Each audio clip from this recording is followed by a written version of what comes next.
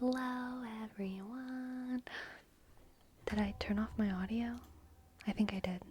Wow, I remembered. Hello, CEO. Hello, Green Ninja. Hello, JLo, and Wickloser. And Olivia. Kisley, Verome, Nitrix, Destructiconcon, Guto, Caitlin. So now Bombo, Sfrocky, Fuzz, Shkataka, Ayadasi.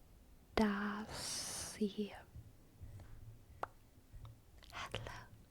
Welcome in, everyone. How are you doing? What's up? How was your weekend?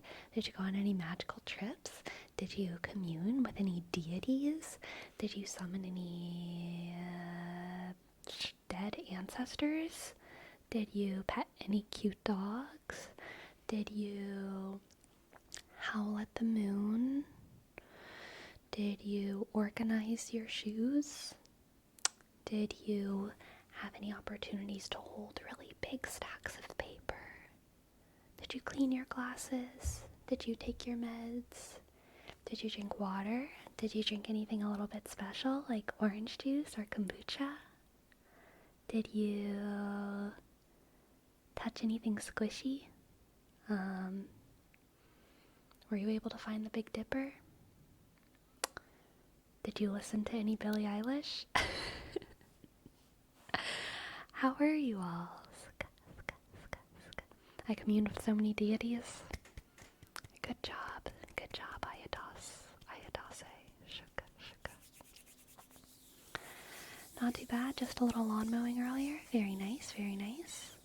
Lawn mowing, also known as cutting the grass, lawn mowing.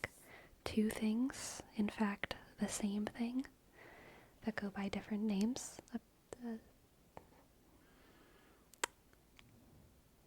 Yes. I found nice looking rocks. Ah, that's cool. Neatrix. That's cool. Where's the CEO? The CEO is sun basking outside of this room. The question is, did you have any high pulp orange juice? I did not have any high pulp orange juice, but I did have high pulp orange juice like 2 weeks ago whenever I made freshly squeezed orange juice for a picnic.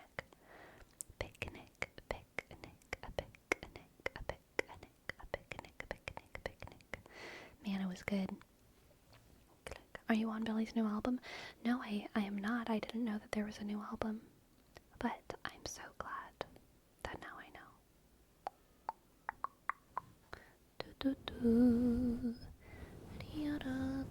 A lot of stores in Cali had kombucha for sale. Nice. Very nice. How'd the picnic go? Any ants or ants? No ants. No ants on our picnic. I know some very good picnic spots. I shan't tell my good picnic spots, but I know some good picnic spots. How was your weekend, Sleepy? Anything fun?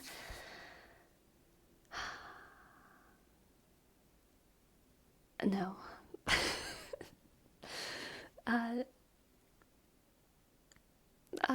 It was pretty normal. It was a pretty normal weekend. Nothing much happened. It definitely wasn't a bad weekend. Actually, I think it was probably a good weekend, but nothing special. Just a very normal, good weekend. Aw, thank you for your bits, Ricardo. Thank you.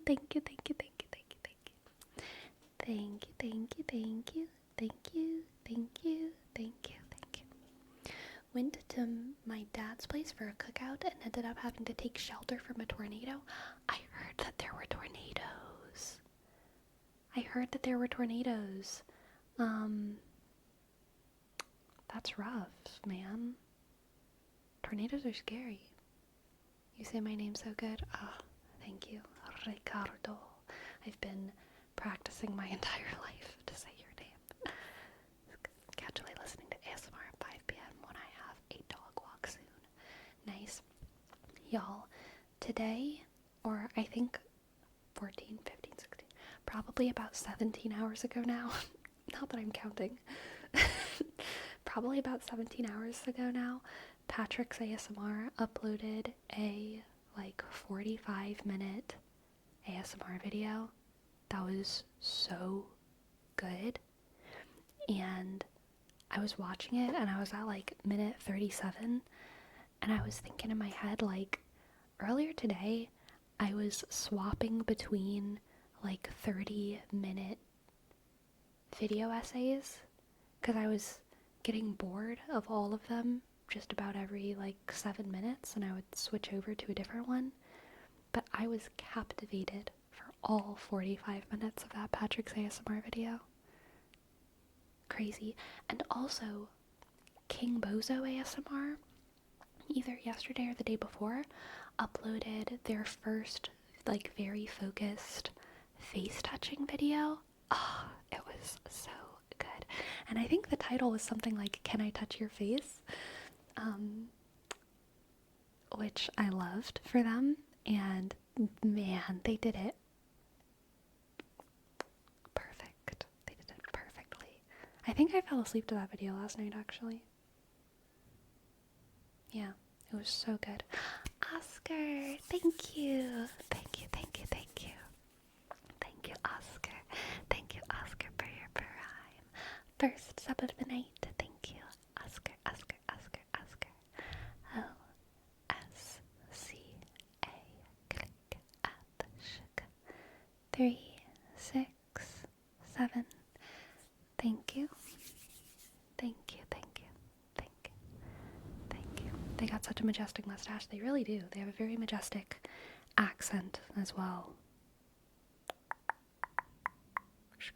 You know, their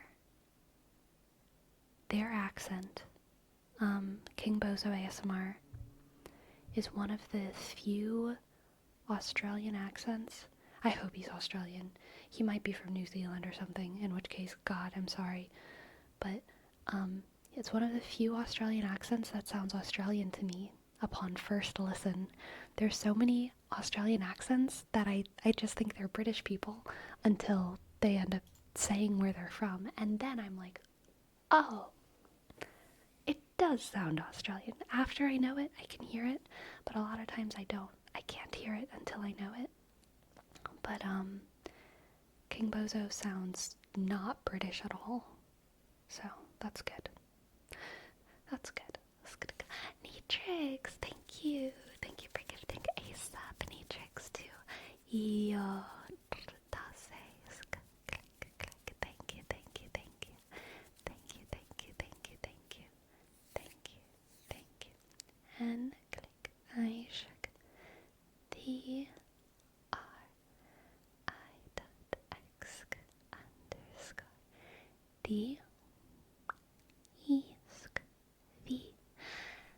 Thank you. Thank you, thank you, thank you, thank you, thank you, thank you. Thank you. And Fuzz, thank you, Fuzzy Fuzz. Thank you, Fuzzy Fuzz. Thank you for your sub. Besk H click U Z Z 21 shook. Thank you, Buzz. Thank you, Buzz. And WWJCDO. Thank you. WWJCDO for coming into the ring. Gifting a sub to Neatrix. And oh my god, Fuzz.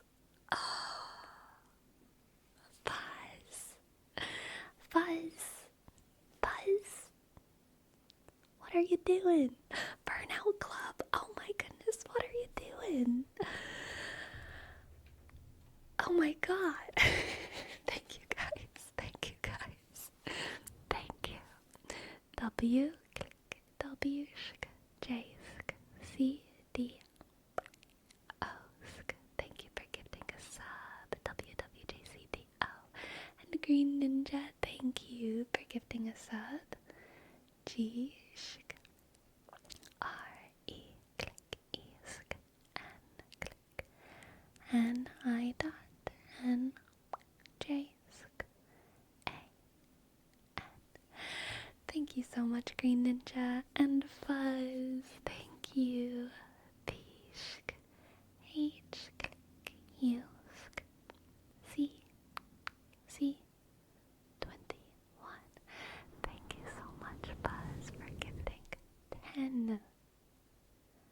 1, 2, 3, 4, 5, 6, 7, 8, 9, 10, 10 subs. Thank you so much, Buzz. And Burnout Club, thank you for gifting 5 subs. 1, 2, 3, 4, 5. Thank you, Burnout Club. Bishk. U-R-N-O-U. T-C-L-U-S-K. Bishk. Underscore. Thank you, Burnout Club. Burnout Club. And Neatrix. Oh my gosh. Okay, guys. Okay.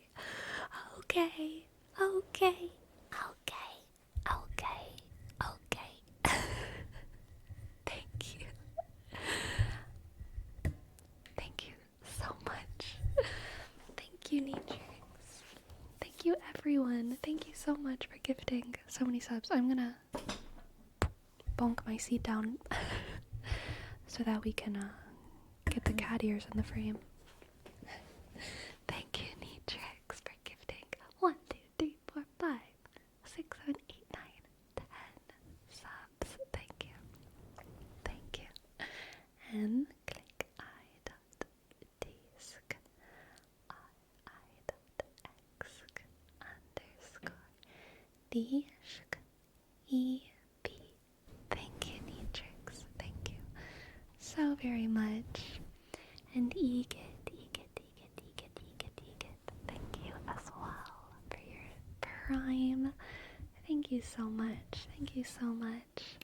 Y I click G I dot T C A click N K shk E R click I dot M Y shk.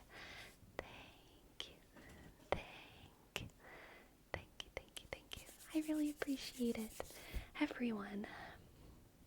Thank you. These Davo Daviani are fox ears. They're fox ears. But they can be cat ears if you want them to be.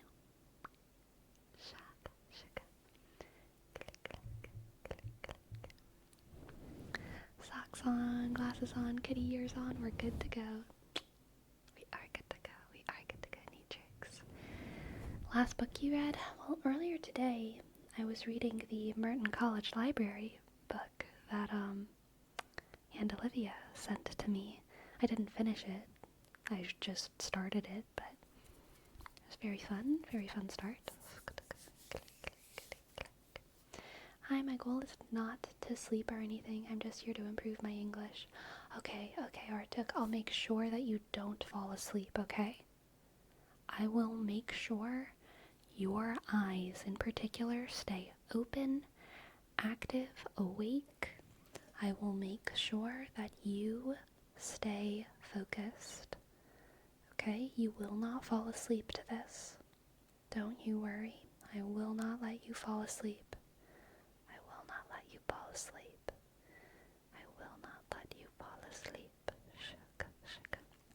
First time I've been awake to catch a stream.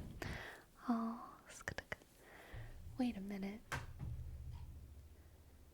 Ryan Goslinger? How many Ryan Goslings are there in my audience?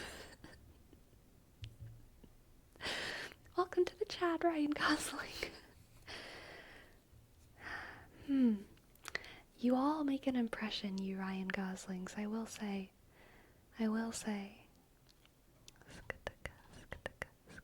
They are all Kenough, absolutely. Green Ninja, thank you for your tip. Green Ninja. I would love to give you a tarot reading. I would absolutely love to. I've been pushing back having to record some videos for work because I don't want to do it, but I'll probably do it later tonight. I don't like having to record myself. For whom you just gotta put on your armor, you know? Put on your makeup. Turn on the 8-track. And pull the wig down from the shelf. Suddenly I'm Miss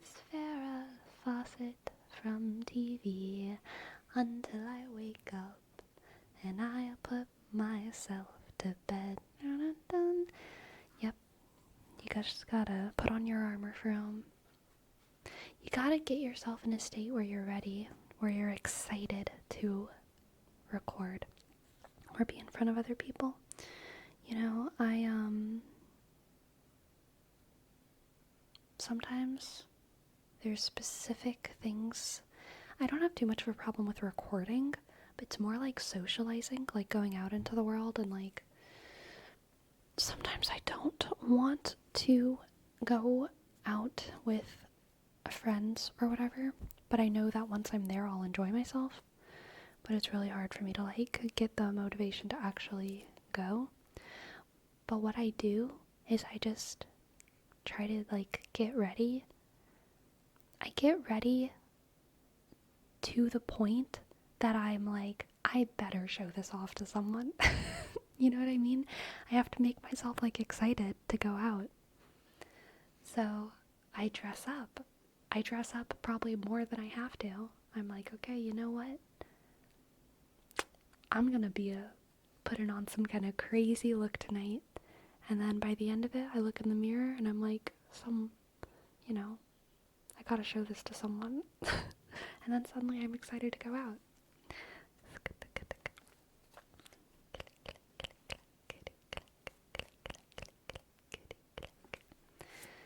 Alright, let's see what the cards have for Green Ninja.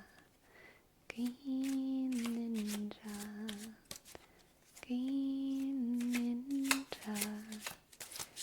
Green Ninja.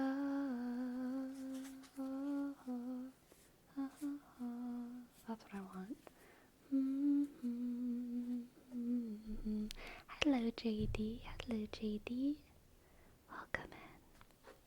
Alright, Green Ninja. We have the moon. Isn't that wolf just saying, moon? Moon.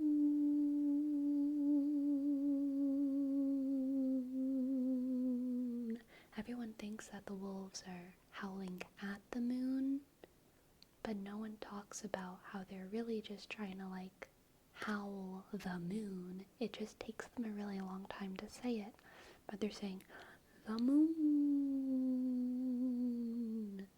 the moon. We have the moon, judgment, judgment,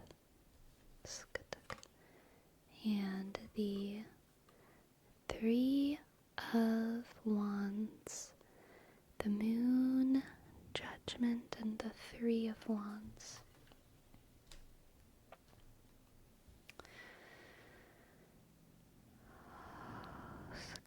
Okay, interesting.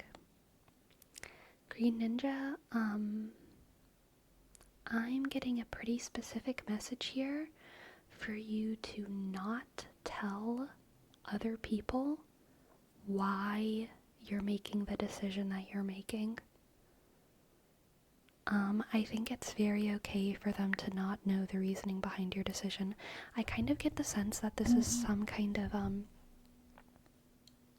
team management situation where feelings could be hurt if you reveal too much information about why you made, are making, or made the decision that you made, if that makes sense.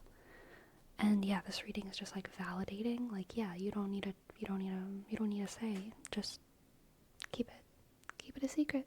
No one needs to know why they weren't the one that was promoted.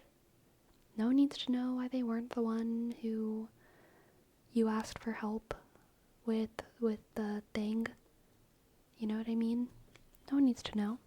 Let's get some more cards. We have the Seven of Pentacles, the Seven of Pentacles, the Seven of Pentacles, the Seven of Pentacles.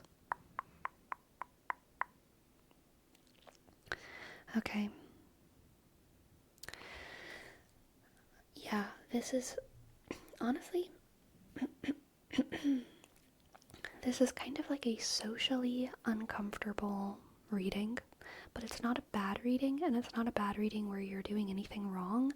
If anything, this reading is just like validating the fact that the correct thing to do is something that's socially uncomfortable. And the correct thing to do is to not tell someone the reason behind a decision that you're making. And the Seven of Pentacles is kind of even taking it a step further and saying, like, never tell them. Like, it can be a secret for as long as it takes for them to even, like, remember it. You know, like, let them forget about it. Take it to the grave. Yeah. Some things no one ever needs to hear or understand. Some things never need to be said out loud. You know? You don't always need to tell someone that, like, you're breaking up with them because they're ugly. Like, you know? Just say something else. Just say something else. They don't need to know. They don't need to know, okay? Let's get an oracle card for you as well, actually. I picked up my pink deck, but I want to use this. Woodland Wardens. Woodland Wardens. But don't you ever have that feeling that you want someone to tell them your reasoning behind some decisions? Yes, but not always. And this reading is saying no. This reading is saying they don't want to know. They don't want to know the answer that's the truth, so you shouldn't give it to them. Okay.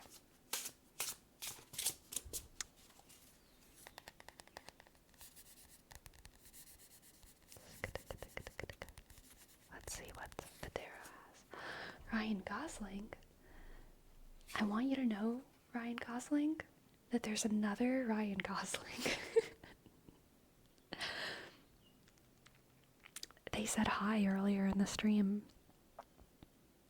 So, y'all are gonna have to, I don't know, fight it out or something. I don't know. Okay, Green Ninja. We have the quail and the gooseberry. The quail and the gooseberry. Anticipation. Anticipation. Anticipation.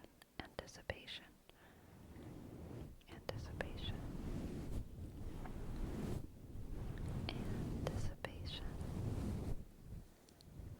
Anticipation. Anticipation.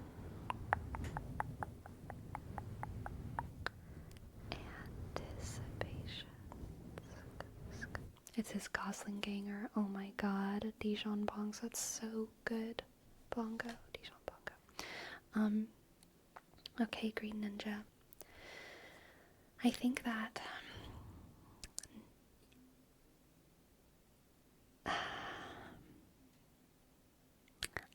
it's going to require you really sinking into that social discomfort. Because I think this anticipation is kind of about the other person. I think the other person, the person who you're keeping a secret from, Green Ninja, I think that they think that they want to know, okay? But they're, like, wrong. They don't actually want to know. They think that they want to know. They don't actually want to know. And they feel this sense of anticipation, right? They feel this sense of, like, eventually you're gonna tell me, right? Eventually I'm gonna understand. Eventually I'm blah, blah, blah, blah, blah, blah, blah, blah, blah. But no. No. You're really gonna have to wait a long time. They're gonna need to forget. They're gonna need to forget. Okay? They're gonna need to forget. And it's gonna take a while. Okay. Good luck, Green Ninja, with this uncomfortable social situation. Thank you so much for letting me read for you. I hope that you enjoyed, and I hope that it resonated. I appreciate the tip. Thank you. Oh, sorry, I bonked my boomy arm. Ryan Gosling. Oh my god. Gosling. What are you doing? What are you doing? Oh my god. Thank you, Ryan Gosling, for gifting 6 total 6 subs. Thank you so much. Thank you. Thank you. Thank you. R-Y click A-N G-O-S-L-I.N-S-K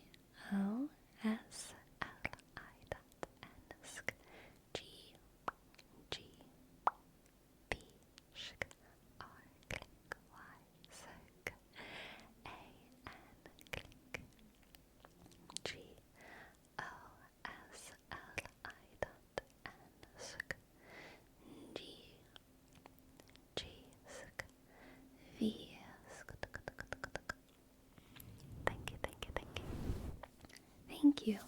That was totally on the mark. Great read as always. Thank you, Sleepy. You're very welcome, Green Ninja. Thank you. And Zerth King. Thank you for your tip as well. I'd love to give you a reading. Okay, 2 things. 1, no, I did not see that Destructicon, so I'd love to hear more about it later. But put a pin in it, because I want to do this reading for Zerth King. And then second, for Rome, your comment that this situation with Green Ninja is the exception. Put a pin in that as well, okay? Put a pin in that. We're going to come back to it. But first, we're going to do this reading for Zerth King, Zerth King, Zerth King, Zerth King, Zerth King. We're running out of pins now. We have infinite pins. Infinite pins. Click. Sleepy Gosling. Oh, don't make me blush.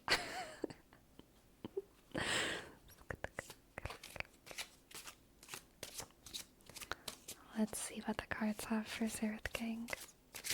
Zerth King. Zerth King. Zerth King. Zerth King. Zerth King.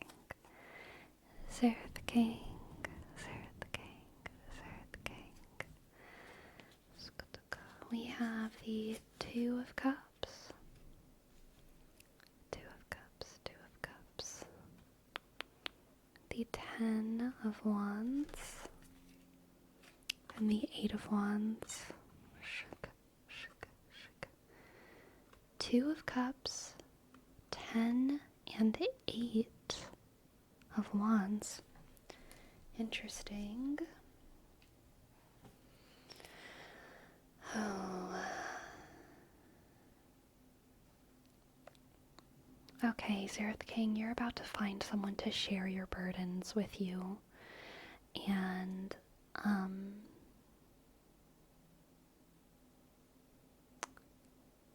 I think, wow, this is actually like really beautiful. I think that whatever kind of burden you have right now, it's the kind of thing that it's the kind of burden that you love. It's either a labor of love or it's like a difficult emotional position, but something that you're invested in that requires a lot of work from you. There's something that you are very invested in, that you feel tied to, that you love, but it's also become a heavy burden because it just takes so much out of you to do this thing. This could be some kind of passion project as well. You're going to find someone soon or connect with someone soon. Someone's going to enter into your labor soon. And they are going to take so much of a load off of your back. They are going to take on so much of this burden that not only is it going to become easy or easier again, it's going to completely stop being a burden. And you're going to just fully be able to immerse yourself in it and enjoy it, okay? And it's because you're going to share that with this person. So you're setting down a burden, setting down the busyness so that you can handle this endeavor slowly, with patience, in peace, hand in hand with another individual, okay? Hand in hand with another individual. Hand in hand with another individual. Let's get another cup. We have the Three of Cups. Beautiful, beautiful. Yeah, I think what you're really missing as a part of whatever this project, endeavor, journey is, what you're really missing is a social aspect to it. So I don't think it's that like you're putting all of your work into something and you're neglecting your social life. It's more that whatever you're putting yourself into also needs to be social. The project itself isn't social enough, and so because of that it's not fun. Because of that you're suffering in a way. You're tired, it's burdensome. But very, very soon that social aspect is going to be back in your project, and it's going to lighten up the load. It's going to make it something enjoyable. It's going to make it something so much more fun. Okay, let's get an oracle card for you as well. Zerth King. Zerth King, Zerth King, Zerth King.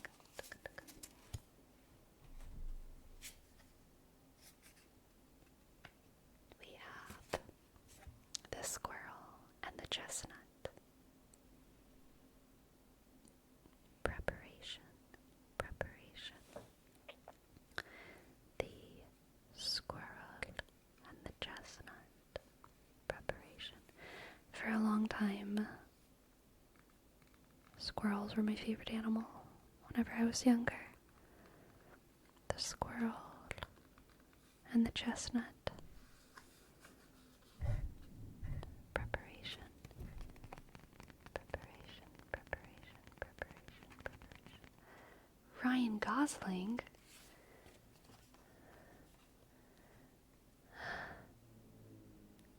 What is happening? What is happening? What is happening? There's 3 Ryan Goslings now?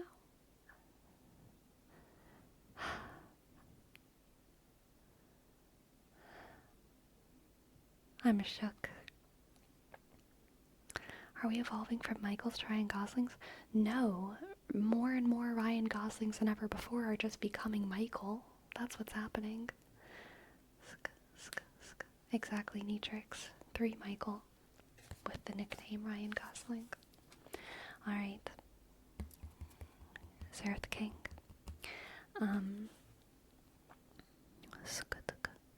A lot of times people talk about preparing for hard things, but it's also very important to prepare for easy things. It's also important to prepare for easy things, okay? Easy things, or for things to improve, for things to get better.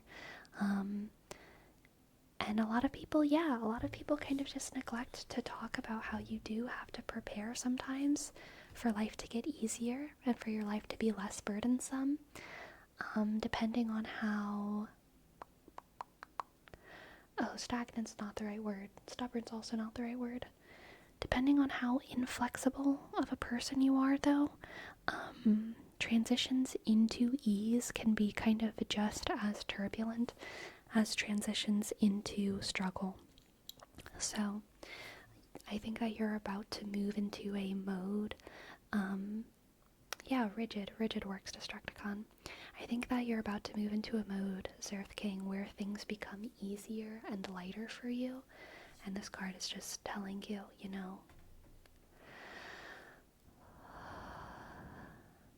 prepare for your soul to become lighter. Prepare for the world to open up. Prepare for some of your anxiety and busyness to calm down a little bit, okay? Let it feel good when it happens. Let it feel good, okay? Thank you so much for letting me read for you. I hope that you enjoyed, and I hope that it resonated.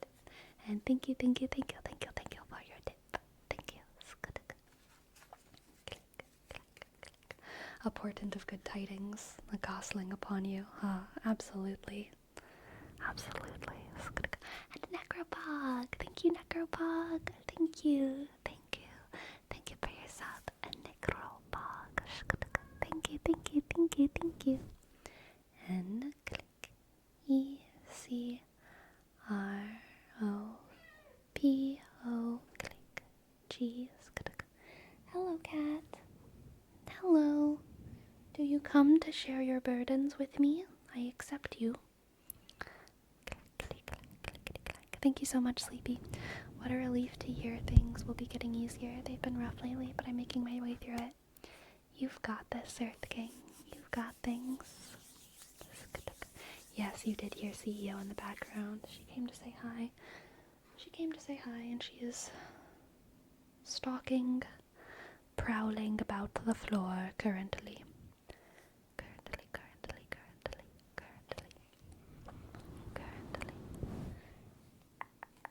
So, tell me about this millennial saint. Who are they? Where are they from? What did they do?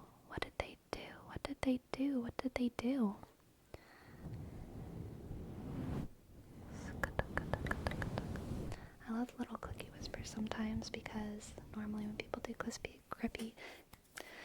clicky whispers, it feels like they're licking my brain, but this is more like breathing on my brain, which is better. Yes, I like clicky whispers too. Clicky whispers. Ciao, can you speak Italiano? I cannot. But welcome, Claudio. Oh, sorry, girl. I kind of picked her up in a weird way. Sorry, that was weird. She's come to say hi. I don't think she cares that I picked her up in a weird way. She's purring a lot. Click, clack.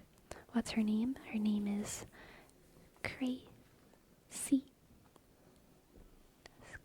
There is a kitty. Kitty.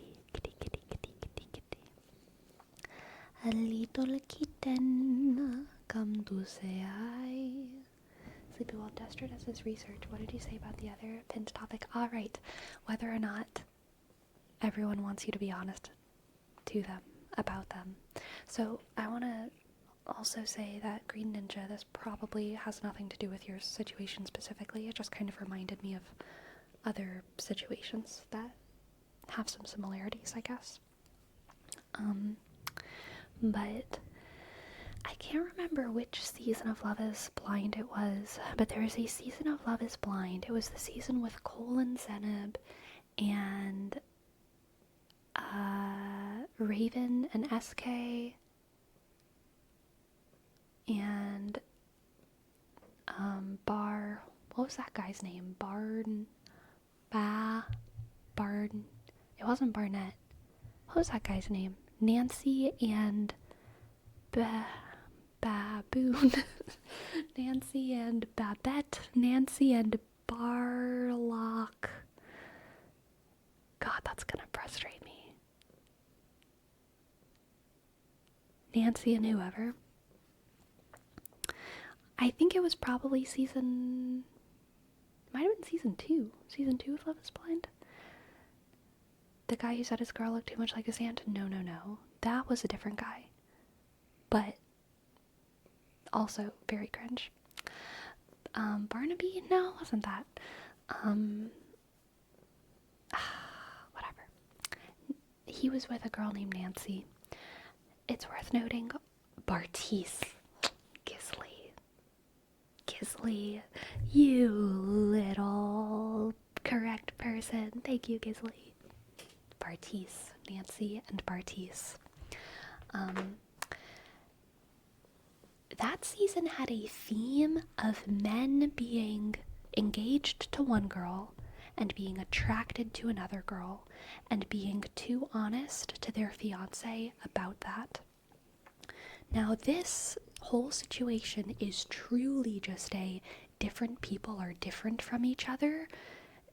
Different people are different from each other when it comes to whether or not they want to hear someone be honest to them in a relationship context about being attracted to other people. I truly believe there's no significant majority either way. I think that if you're dating someone, you just need to learn pretty early on, Are they the kind of person who wants me to talk about being attracted to other people, or are they not? Are they the kind of person who wants me to even directly lie about this, or are they not? I think it can go both ways a lot, which is why for Rome, I want to push back against kind of what you said about Green Ninja's situation being the exception to the rule. Because there's a lot of women, and probably men too. Let me think. Definitely men, actually. I think men even more than women, now that I think about it.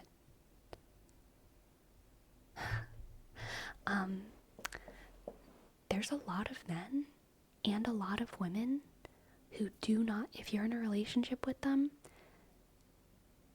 and you ask your partner, do you think Joe or Anna or Samantha or Mason, do you think they're hotter than me?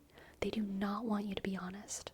They want you to validate them, and they want you to say, sure, Joe, Mason, Anna, Ben, whatever the other name was that I said, sure, they have a great body, but they're not my type, you're my type. That's what they want to hear, no matter what. And then there's another kind of person that wants to say, honestly, yeah, they have a great body, but I love you so much that even though I think they're like super hot, I'm like totally focused on you, and so it doesn't matter to me how hot I think that they are. It's just two different types of people, and there is no significant majority there. And I think it's very, very, very important that when you enter into a relationship with someone, you learn which kind of person they are when it comes to this specific binary. I think it's super important, and I think that not enough men, generally speaking, learn that about, if they're dating women, about the women that they're with. And I think a lot of women assume that men are sensitive to that, and so probably naturally go the validation route. I'm sure there's exceptions to that, but yeah, I think it's important, and I don't think it's like an exception to the rule at all. I think a lot of people are like that. And in reference to this specific season of Love is Blind, Brittany Simon, who's one of my favorite YouTubers, she actually covered like this exact topic that I'm talking about now, but she made much, like an hour-long video kind of talking about it. I don't know if it was exactly an hour, but it was probably long as hell, because most of her content is. Yeah, talking about like, are you the kind of person who wants your significant other to lie to you about how attracted they are to you and how attracted they are or aren't to other people? And it was good. It was very, very valid. Brittany Simon, I like her because she doesn't, honestly, and maybe this is just me, I'm sure some people like watch her channel and actually like learn things, but I feel like Brittany Simon isn't so like crazy smart that she's like coming up with new concepts or anything like that. She's not like a genius person, but what she is a very, very good communicator, and she's really good at like taking concepts and taking social interactions and analyzing them and applying like really clear language to them and nuanced language that a lot of other people aren't willing to do. And so that's why I like Brittany Simon and like why I like her channel. I think she's just she always has very, very clear points of views, and she's willing to do the work of like very clearly stating her opinion and not just like trying to please different kind of camps, which side do you fall on? In my case, I'll always appreciate honesty first, especially if I'm in something with this person. If anything, then letting me know that they find X person attractive but they prefer me is kind of more validating, because we gotta understand that even in a relationship and fully in love with someone, you can still find other people attractive, good looking. That's just not actual feelings. Yeah, I personally am definitely on the honesty side of things as well, for sure. And I think that, you know, I think everyone is coming from a different background, and everyone hears different things. The reason that a lot of people hear different or read into different things between the lines is, it's never because they're just being crazy. It's because they've learned that that's what's in between those lines in like some kind of concrete way, you know? And so you, Jerome, the fact that you read between the lines of someone saying that they find so-and-so attractive, but they're dating you. So what you're reading between the lines there is, even though the other person is attractive, they prefer me, so it's good. The fact that you read that in between the lines is because that's like what you learned from probably a series of positive interactions where that's what they meant and that's what the situation was.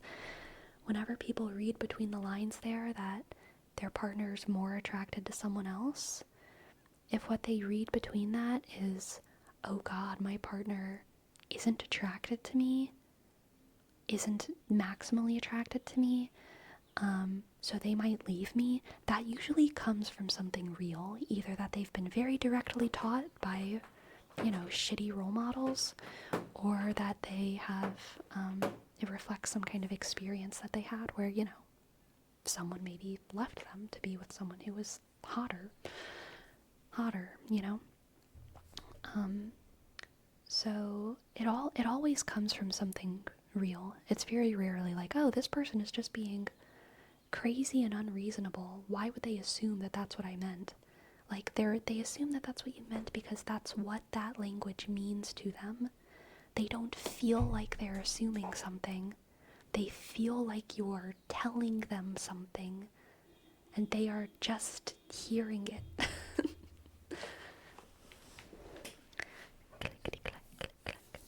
I would wish I was the person who would want honesty, but if I'm honest with myself, I think I'd rather be told that my partner doesn't find anyone more attractive, just due to little bits of anxiety in my noggin. Yeah, and I've been...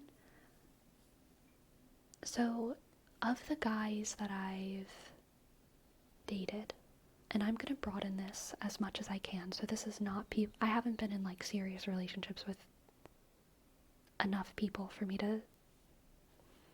for it to mean anything. So, of all the people that I've just even, like, gone on little dates with or whatever,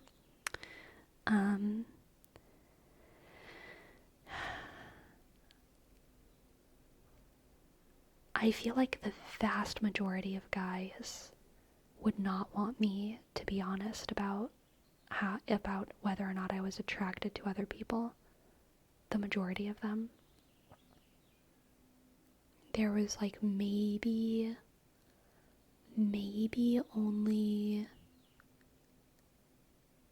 two that would be probably more open to that. I don't know, out of like a larger amount. I don't know. I feel stagnant and depressed. Do you have any suggestions? Pet animals. I'm so sorry. I wish I had more. I mean, there's so many reasons why that could happen. I don't know. I'm sorry that you feel that way. Agreed. Communication is everything in relationships. Absolutely. What about outside of relationships? Would you want your boss to be honest about your work? Or a friend to be honest? Or fans to say they like another content creator better? Interesting. Let me think. Would you want your boss to be honest about your work? Yes. Would you want your friend to be honest? Yes. The reason I pause is because I wanted to run through, like, about what? But, like, yes, I think in everything. or fans to say that they like another content creator better, I would never ask the question. So all of this is contingent on like one person asking a question and expecting either complete honesty or expecting validation. I would never ask any of y'all if y'all like GBASMR more than me or not. I would never ask. It would be a weird thing for me to ask. If I did, I would want you to be honest. But, like, also, it would be so weird of me to ask that. And I would never do it. I think it is also different as a content creator because I don't see myself in competition with other ASMR artists. Whereas if I was in a relationship with someone and it was an exclusive relationship, it's obviously different because it's like, you know, y'all as viewers are absolutely entitled to watch, love, enjoy many ASMR artists equally, and also many ASMR artists to varying degrees. But you're like totally entitled to watch a wide variety of ASMR artists. Whereas, like, you know, if you're dating someone and it's an exclusive relationship, then you kind of you expect them to only be dating you. And so there's kind of an implicit competition, I guess. But that's a kind of unfair expectation to have. Having a partner doesn't mean they're the most attractive person in the world. It can be to your eyes and to your feelings, but like I wouldn't be mad if someone finds Ryan Gosling more attractive to me. I would probably agree with them. Yeah, Ferone, but that's just you. And even though it is true that having a partner doesn't mean they're the most attractive, what we're talking about is communication. We're not actually talking about like the real world and real people's feelings.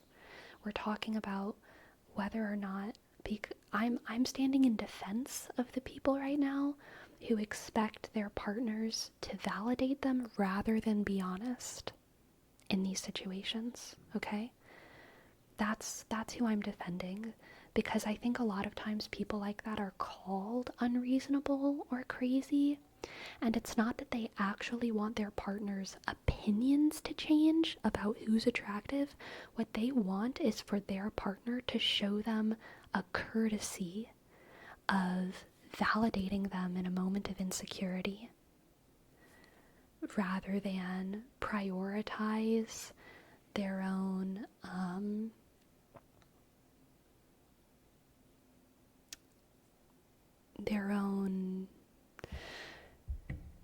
dignity. Yeah, I think that's fair. Because I think a lot of people find a lot of dignity in being honest all the time, no matter what. And so a lot of people, whenever they ask their partner, do you think Maggie is more attractive than me? They're not actually asking their partner to tell them that. What they're asking their partner is to take a step down from their big integrity stool or big dignity stool or whatever and validate their feelings of insecurity. And that's seen as like a courtesy. A lot of very traditional women feel like this. A lot of women in like conservative bubbles, I think, kind of feel like this. A lot of soccer moms feel like this. They expect their husbands to like do them a lot of these little courtesies as a show of commitment. The woman might know that their partner finds so-and-so more attractive, but they want their partner to give them this courtesy of like validating them in the moment and prioritizing their feelings. Which I think is like so fair. If you negotiate that first, you know, if you make sure that your partner knows that about you and that, you know them, and not every relationship should be like that. And again, I'm someone who I think I like honesty. I like talking about who else my partner's attracted to. I think it's like fun. So I'm not like that, but I think that it's a very reasonable way to be. And I think that too often people like that are called crazy or paranoid or whatever. And again, I think it happens absolutely with all genders of people. Stereotypically, it happens with women, but the stereotype itself doesn't make sense because I think it's actually more prevalent.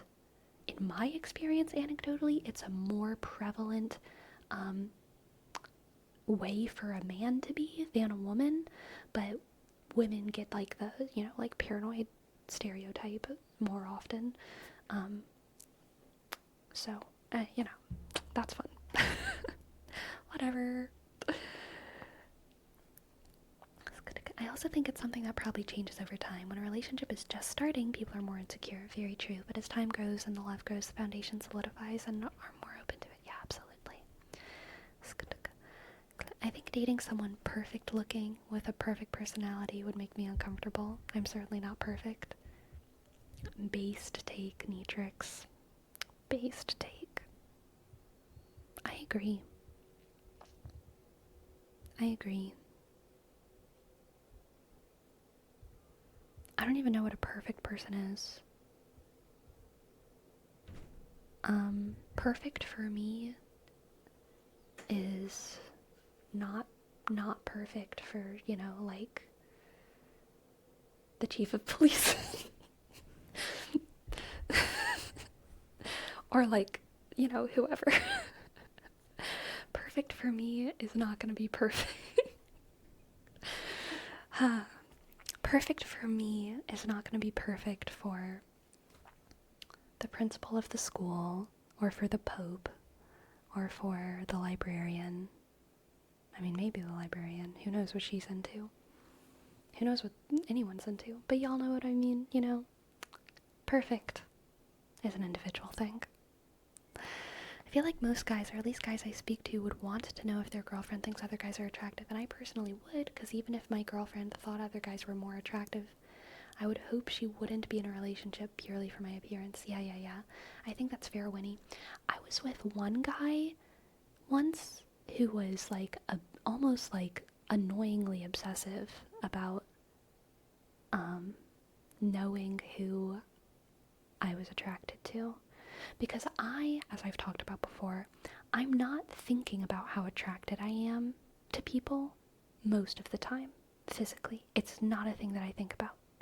I don't go into the world thinking, who am I attracted to in this room? How attracted am I? Who's a 7 and who's a 10? Like, it's so not what's happening in my head. But I was with this one guy who, like, anytime we would watch a movie together, he would be like, do you think they're attractive? Why? Do you think they're attractive? But it was like every single different person. And I was just like, I don't know anymore. They're all fine. But I think he was a unique case.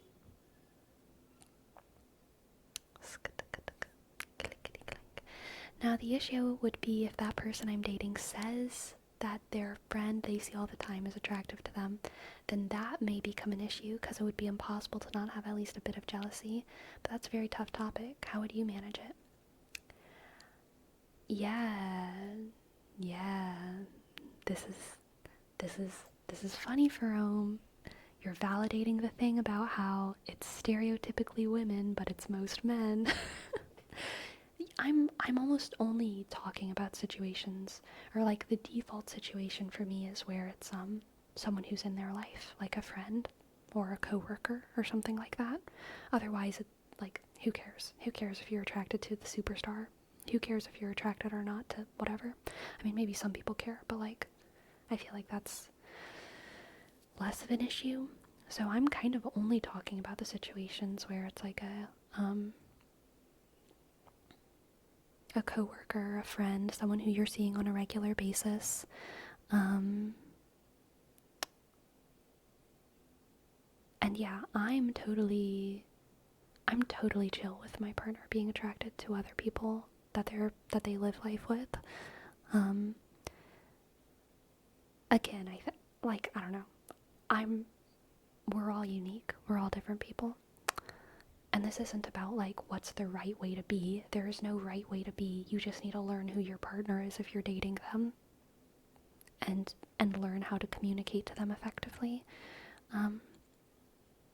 So for me, it wouldn't be something that I would have to manage or handle for him. It would just be chill. For me, different ASMR artists are just different flavors. I totally agree. Ayodase. I don't know how to say your name. I kind of want to say Iodace, like Italianize it, but I feel like that's incorrect. In every relationship I've been in, every time I ask them if they think GB makes better ASMR than me, they say yes, and my heart breaks. I'm so sorry, Destructicon. So sorry. There's also appropriate times and ways to be honest. Being bluntly honest can appear rude and such. You can politely be honest, not delving too deep into truths when people are at their most vulnerable and waiting till a more productive time. Absolutely. Click. What would you do? Lie to protect them? I feel like I wouldn't lie, but say something like Maggie's attractive, but she's not you.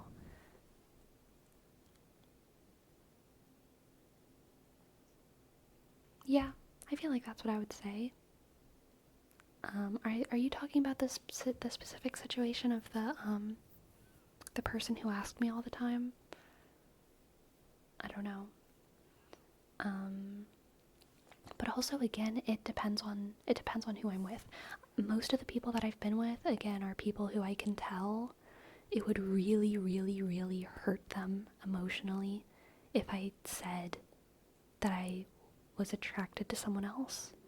And my attraction to someone else, if I'm in a relationship, it doesn't matter if I'm attracted to someone else. It doesn't matter. So if I'm with someone for whom I know it would really hurt them, if they knew that I thought some other guy had a nice haircut, then like I don't need to tell them that. I don't need to tell them that. So yeah, I'd probably just be like,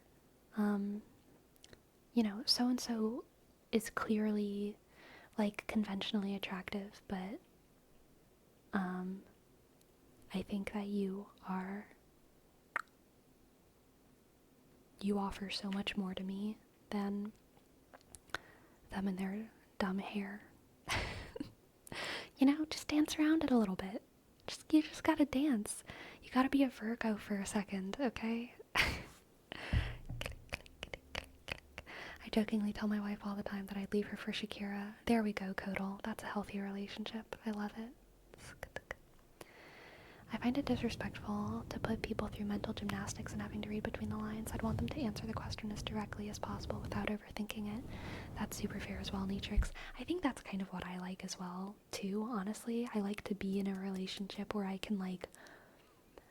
And this is honestly dangerous. It takes a very particular kind of person, because I personally engage in a lot of dry humor, and a lot of times my joke is that I'm being obnoxious. I like be obnoxious, like ironically, which is like very bad, and it's genuinely obviously obnoxious and annoying. So and I will just I'll like say ludicrous things, and I like to be with someone who I can kind of trust to like take all of the just plain old lies that I'm saying and understand that they're lies and be able to discern between, what's sarcasm and what's real. But because I do it quite subtly and often, I do have to be careful, and I have definitely been in relationships with people who can't tell, and I've had to like learn, like, okay, I need to like pull it back and either be much more obvious when I'm being sarcastic, or just make less sarcastic comments, because this could be a problem. And I'm okay with, I'm pretty flexible as like a partner, I feel like, so I make adjustments as needed. I can be myself. We can all be ourselves and also adjust our communication styles for our partners. Okay? Adjusting your communication style does not make you fake. to a large degree. To a certain degree, maybe it's possible to, like, you know, make so many reductions to your personality, to your communication style, whatever, that, like, yeah, you're not being yourself and it's not a healthy situation anymore. But I think people can change a lot for their partners, and it doesn't mean that they're being fake. They're just, like, adjusting their communication styles, growing, blah, blah, blah, blah, blah, blah.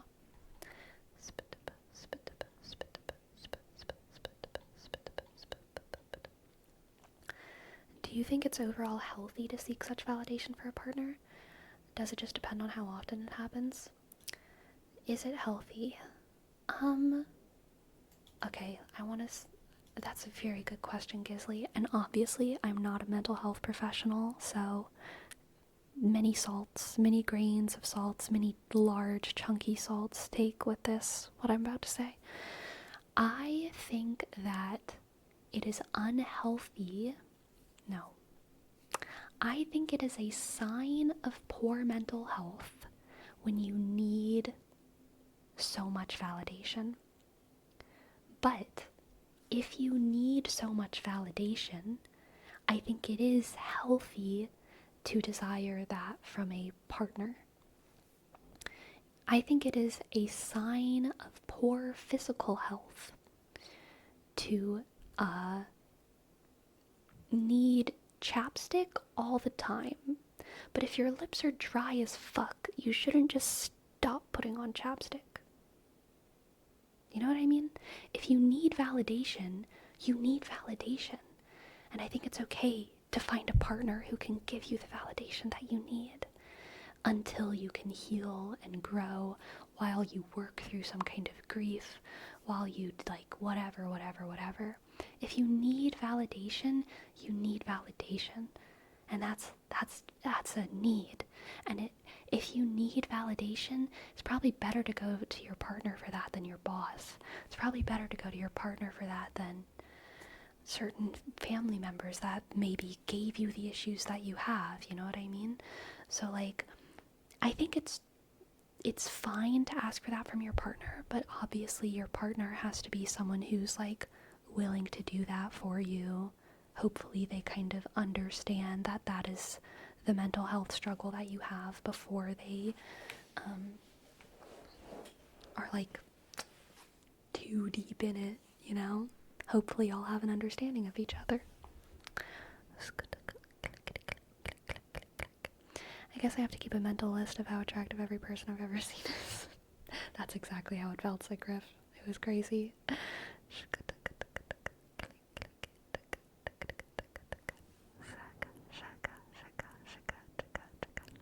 I personally would not care about my partner being in love with, like, Hobie Brown?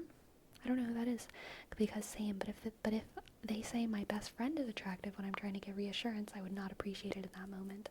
Super fair. Yadache. Wouldn't you be at least a little bit jealous? No. Girl. There's many things that I get jealous from, okay? But my partner being really attracted to their coworker, or being really attracted to their friend, or being really attracted to my friend is not something that makes me jealous. I don't know. If I didn't trust my partner, then, like, maybe, but, like, I'm assuming if I'm with them, then I trust them. So, no, it doesn't make me jealous.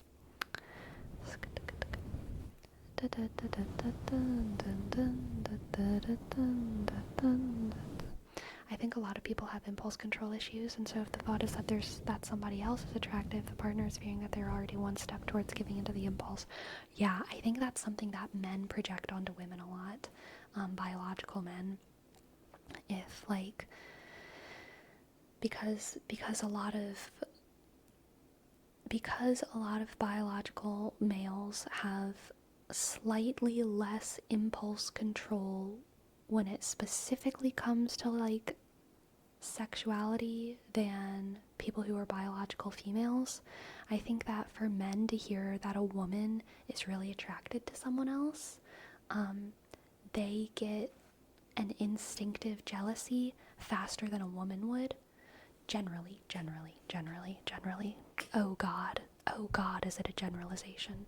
Individuals vary so much more than, sexes and genders. I couldn't think of the word genders just now. Individuals vary so much more than like genders, you know what I mean? But yeah, I think that men project their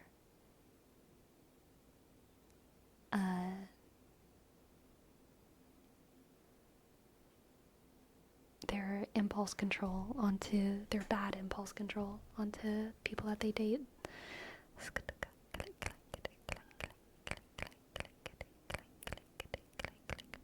Go full sarcasm. If they can't handle you at your Shakira comments, they don't deserve you at your Ryan Gosling.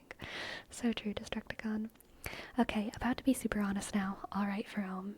Now I know everything you said up to this point is a lie, because now you're being super honest. I feel like if I'm already in the relationship, it's because I already have so much trust in that person that I wouldn't mind at all if they say X is attractive. But I would know that regardless, they're into me. But if they say something similar while we're just starting to date, and I'm really hoping it works out, then I could see myself being destroyed by the comment. That's fair, because I tend to be so insecure during that stage of getting to know someone. Validation means everything to me during that period. Interesting.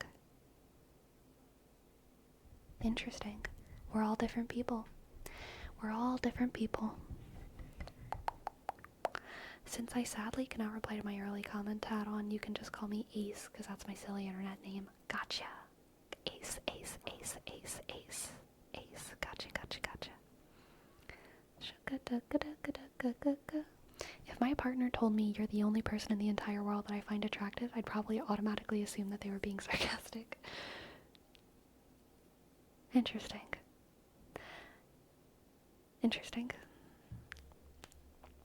Yeah, too much external validation is bad, but you shouldn't reject it outright. We're social animals, so validation is needed in some ways. Absolutely, Gisley. Developing internal value is important, and sometimes you need a little nugget of validation to grow your validation crystal from. Yeah, for sure. Some people struggle with the idea of loving two persons equally at the same time and for different reasons. Yes, they do need tricks. Are you into monogamy or non-monogamy? I'm not into either of them. I am into people. I tend personally, I tend to tunnel vision pretty hard.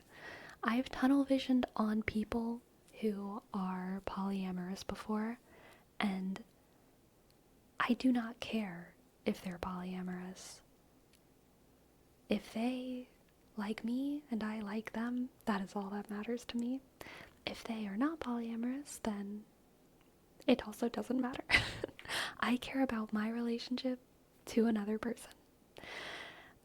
Obviously, sometimes people who want to be in multiple relationships don't have time to be in multiple relationships, and so it's not even a question of being poly or not. It's a question of like time management, you know what I mean? If I'm in a relationship with someone, I want to have a full, beautiful relationship with them. I don't want to only have time to see them on Mondays or something. But also, if they're into other people, I'm quite chill with it, as long as I am able to live the life with them that I want to live with them. And as long as they want to live that life with me, you know what I mean?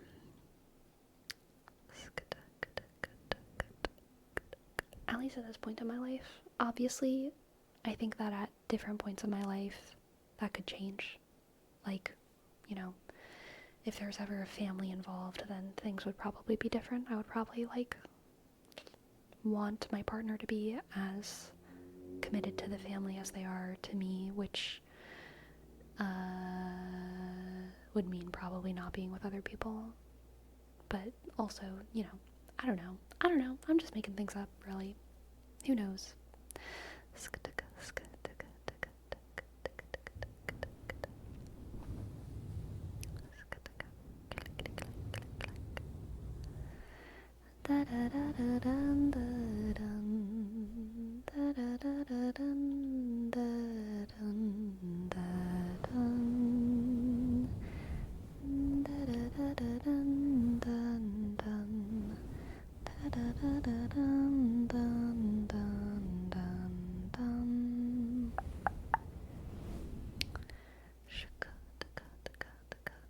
You can't just leave it at interesting. What is your take to that? How do you feel during the get to know each other period? So personally for Rome, I feel like I'm kind of the exact opposite. If I'm like just getting to know someone, I almost like I am much even more open to them talking about what they like in other people and how attracted they are to other people, because I'm just getting to know them, you know what I mean? Whereas like if I'm like pregnant with someone's baby and then they come home from work talking about like how hot their coworker is, that would maybe make me feel a little sad. But if I'm just getting to know someone, then like whatever. But if I were pregnant with someone's baby, I would probably just blame the hormones, because I would intellectually be like, you know what? It's fine. I don't care. But I would also be crying.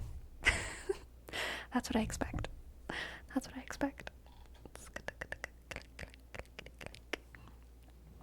Sleepy treats the starting phases the same as the Hearthstone Battlegrounds deck discovery phase. Yeah, so true.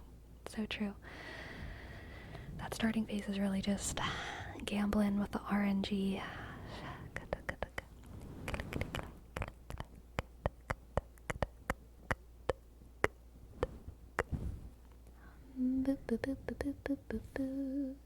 Even if you're like crushing that person that you're getting to know, like if you want it to work, still you would be chill.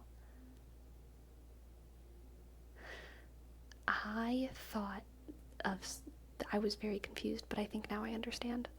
Even if you're crushing on that person, crushing for, okay, gotcha.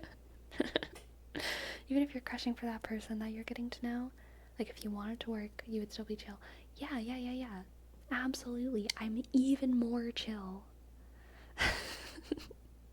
during the getting to know them phase.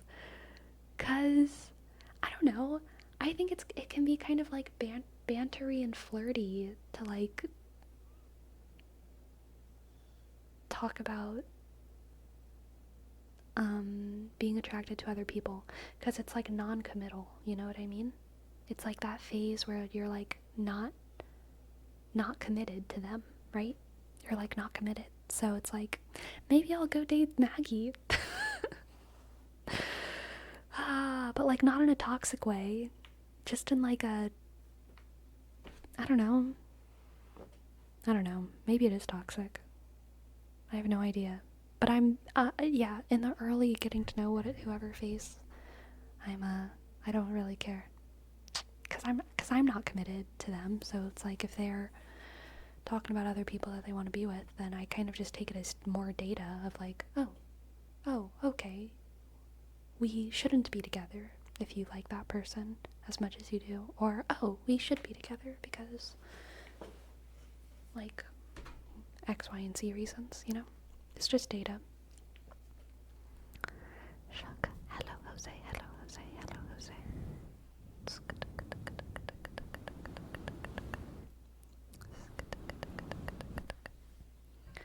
Why would you be so contingent on their validation when you have no relationship with them? Exactly, not as yeah. It would suck if they're talking about other people, sure, but they have no obligation to you. And if they like someone else, then oh well, it's not a match. That's totally a great way to say it. Thank you for saying that. Totally agree. Welcome to the chat.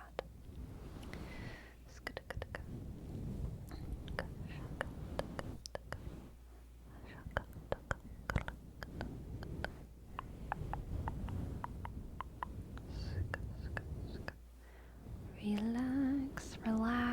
just think about all the people who are more attractive than you, okay? Just relax. Just relax and think about Ryan Gosling. Just relax and think about Shakira. Just relax, okay? Just relax.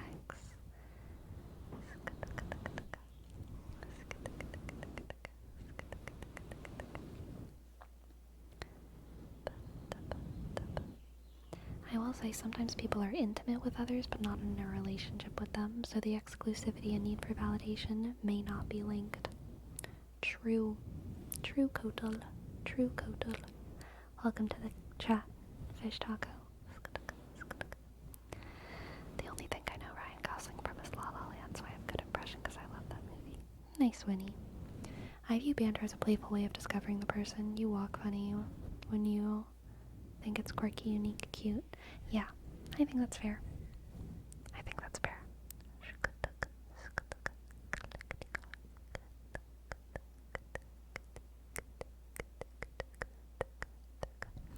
I think a lot of people don't understand that you can have really, really good banter with someone without, like, constantly nagging them.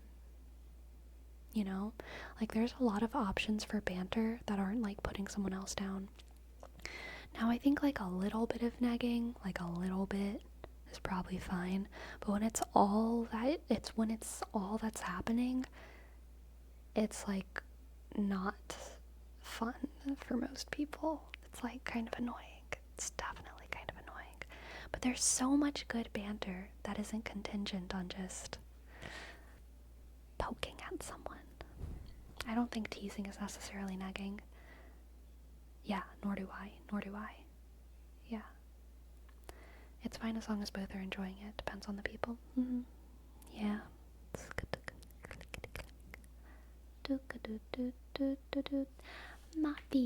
Moppy XD. Thank you for your sub. Click A B shk I dot X disk. Thank you.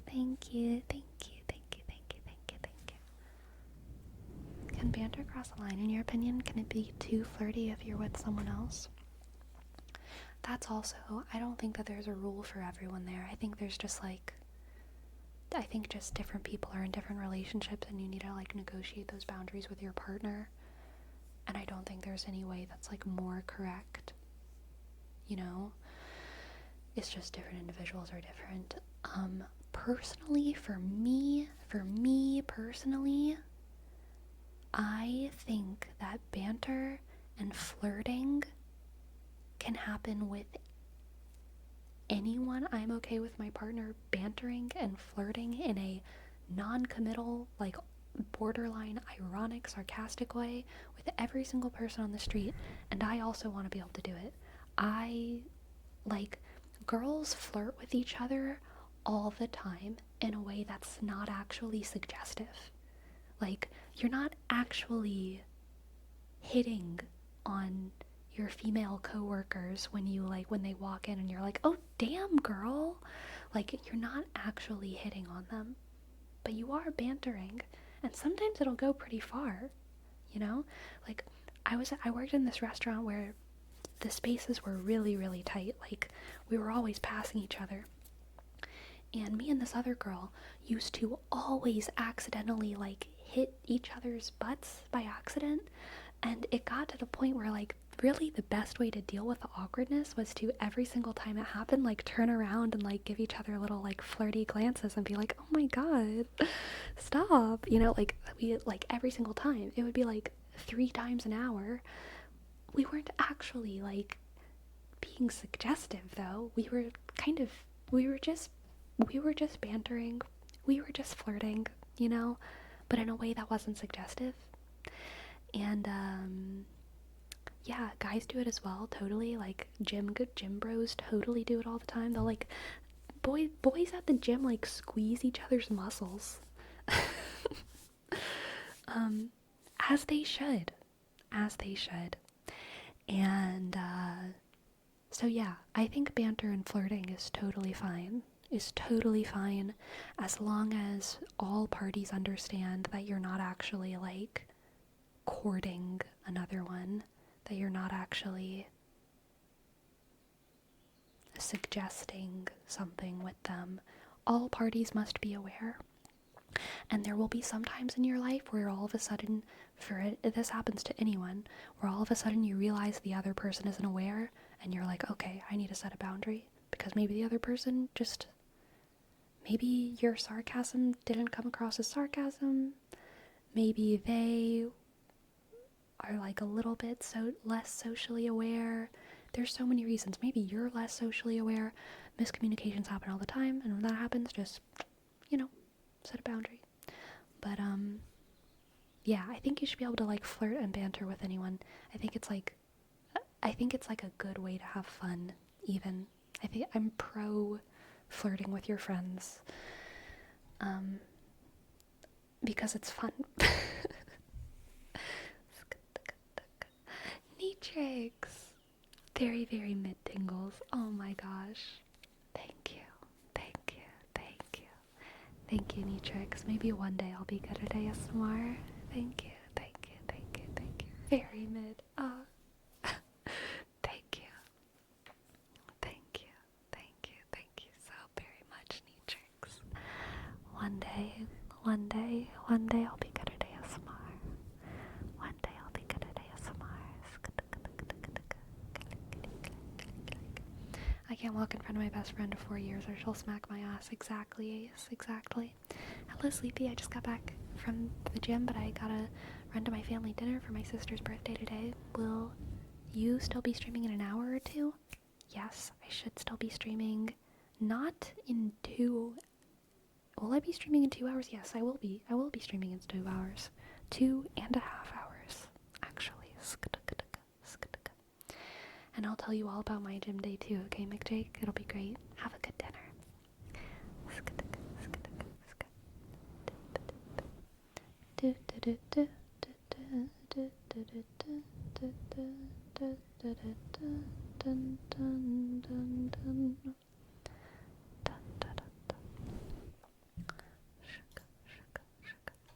Have you ever had a case in which the playful flirting went too far from one side? Years ago, I had this friend I used to flirt with for fun while having conversations, but once she went too far and actually suggested something in a party, that kind of dried out the friendship because it made it a bit weird. We kept talking, but the flirting definitely slowly stopped. Yeah. In college, in the improv group that I was in, improv, okay, the sexual dynamics of being like a woman in the improvisation club are always a little bit strange, but most improv men are like based and it's fine. So even though we're all aware of the situation, improv is a safe place to like speak on your impulses and do your impulses. And so because of that, a lot of humor in improv can get pretty problematic. But whenever you're in the rehearsal space and not the performance space, you have to learn how to handle that. You don't shame the person who thought of something problematic and said it. You just try to shift the scene in a way that still raises them up as an actor, but like takes the focus off of the problematic thing and does something else with it. Because you still don't want to ruin the experience you still want to be a good scene partner. And so you have to learn how to take people's problematic impulses and like turn them into things that are okay. And that the way that you do that changes so much depending on what exactly is happening. But it's very common.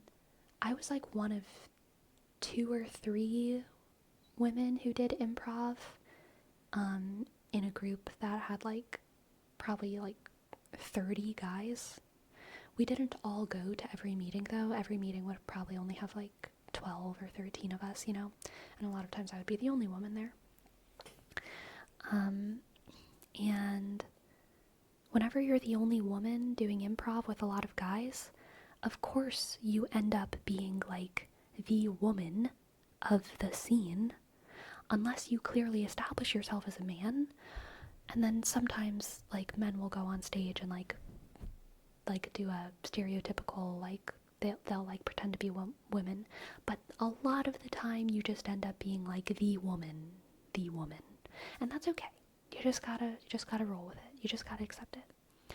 But because of that, there's a lot of like sexual humor or flirty humor or romantic humor, and you're doing it with a lot of different guys all in one day.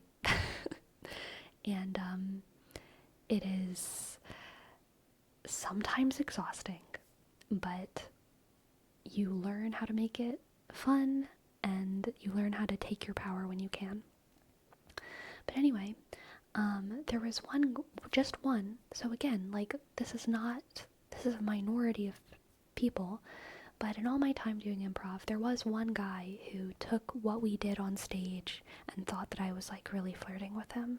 Like, that Tessa, was like into his name, and that I wasn't just like playing a character, which is almost even more confusing, considering that like he watched me do similar scenes with other people in that same day,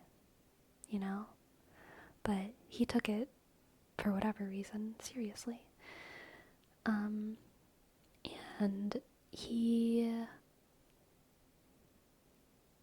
so yeah, I had to make it clear to him that I wasn't flirting with him.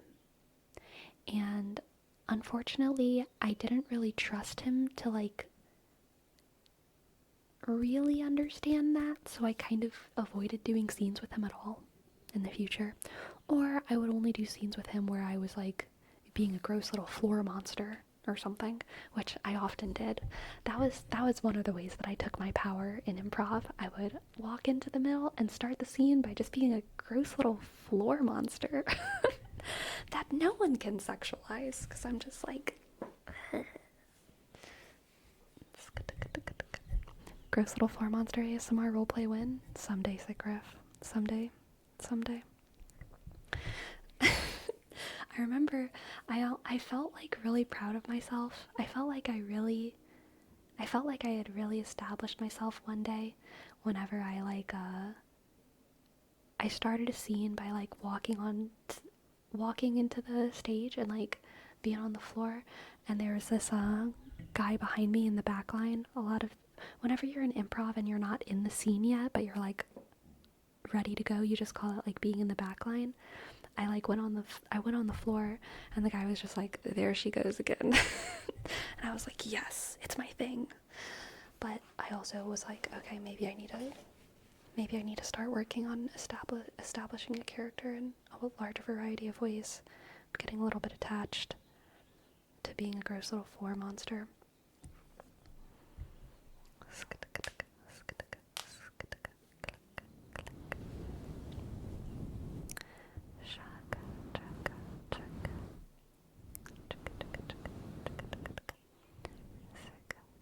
There she goes again. We aren't even practicing. We're just walking to class. Yeah. Did you ever watch Whose Line Is It Anyway? No, I did not. But I've heard of it. People have talked about it in my circle, but I've never actually watched it.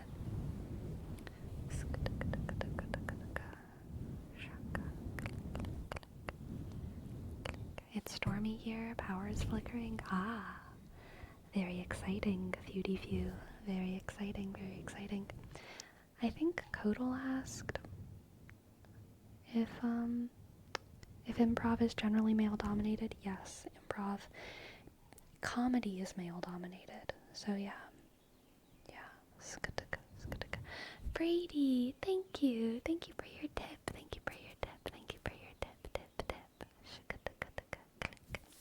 I'd love to give you a tarot reading. Have you ever started flirting? For friendly flirting and real flirting? Yes to both.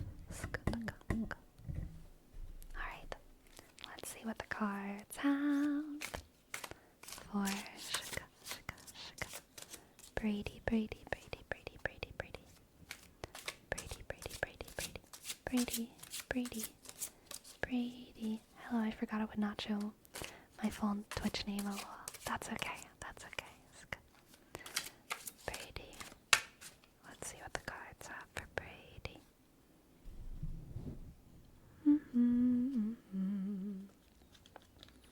We have death, death, death, death. The Three of Wands and the Knight of Cups. Death, the Three of Wands, and the Knight of Cups. Death, the Three of Wands, and the Knight of Cups. Click. Shaka. Brady. This is very good news. This is very, very, very, very, very good news, Brady. So, the Knight of Cups, our lover boy. Oh, sorry, that was loud. I dropped a card.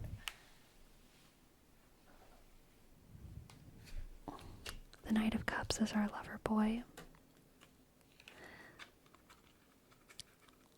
And the Knight of Cups being paired with the Three of Wands and Death. I think this means, Brady, that... someone throw that disclaimer out for me. But ironically, having to do with our conversation a little bit. But I think this means that one of your friendships might be evolving into a romance. I think that I think that there's going to be someone who you've always considered either a friend or a creative partner, it could be. And something's going to happen that transforms the way that you see them, and you're not going to see them as what they are anymore. You're going to see them as a romantic option all of a sudden. Their form is changing in your life. Let's get another card. We have the Queen of Cups, even more beautiful.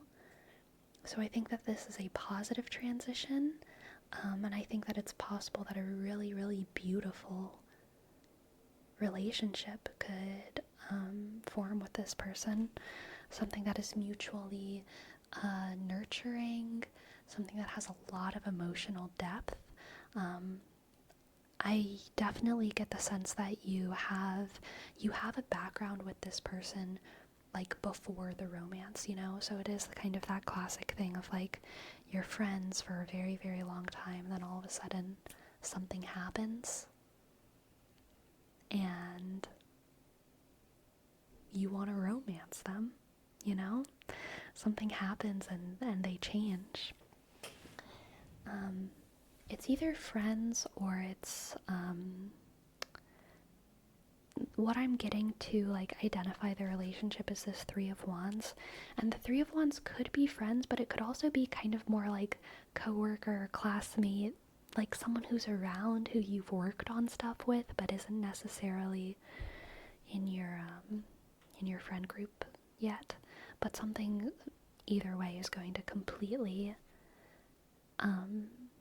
transform their image in your eyes. You're going to all of a sudden see their potential.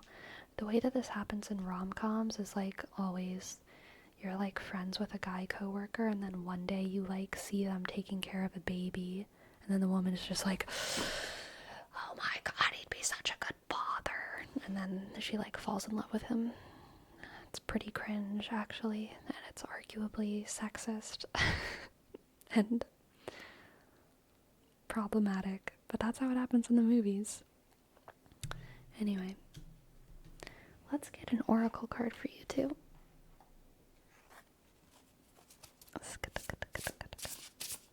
Oracle card, oracle card, oracle card.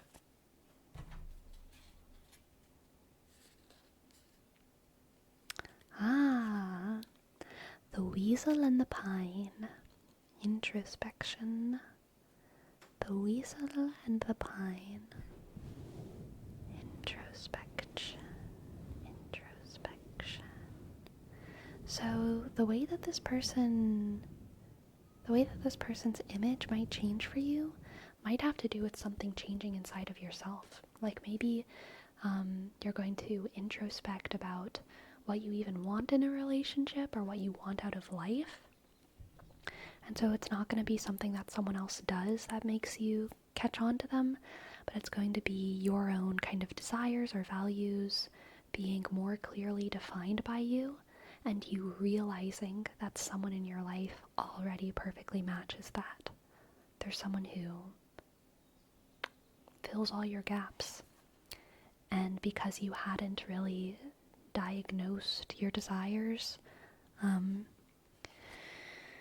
you never noticed it before. You know what I mean? So, Brady, I suggest you do some introspection, okay, about what it is that you want. And then you look around, alright? Thank you for letting me read for you. I hope that you enjoyed, and I hope that it resonates. Thank you, thank you, thank you, thank you. Thank you. And bitter brush, bitter brush, bitter brush, bitter brush. Thank you for your tip as well. Thank you, thank you, thank you, thank you, thank you, thank you. I'd love to give you a little reading. Let's see. Let's see, let's see, let's see.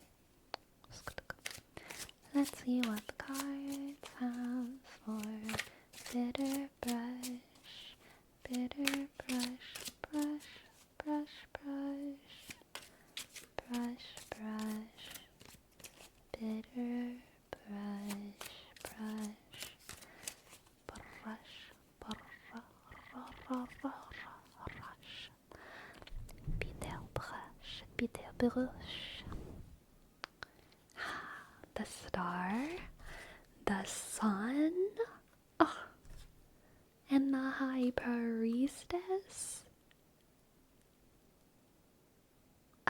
Holy heck and a half, a good day, Bitterbrush, a good day is coming. Oh, frab just day, Kaloo, Kalay. You will chortle in your joy. Let's see. So I'm actually, maybe I'm always afraid whenever I get too specific, but I feel like this could be a birthday. Or some kind of calendar holiday. Some kind of calendar holiday that's personal. I guess it could be like an anniversary or something like that too. I don't get the sense that it's like a holiday like Christmas or like Valentine's Day, but I think there's going to be like some kind of personal holiday, so maybe some kind of birthday, some kind of anniversary. Yeah, some kind of anniversary, some kind of birthday.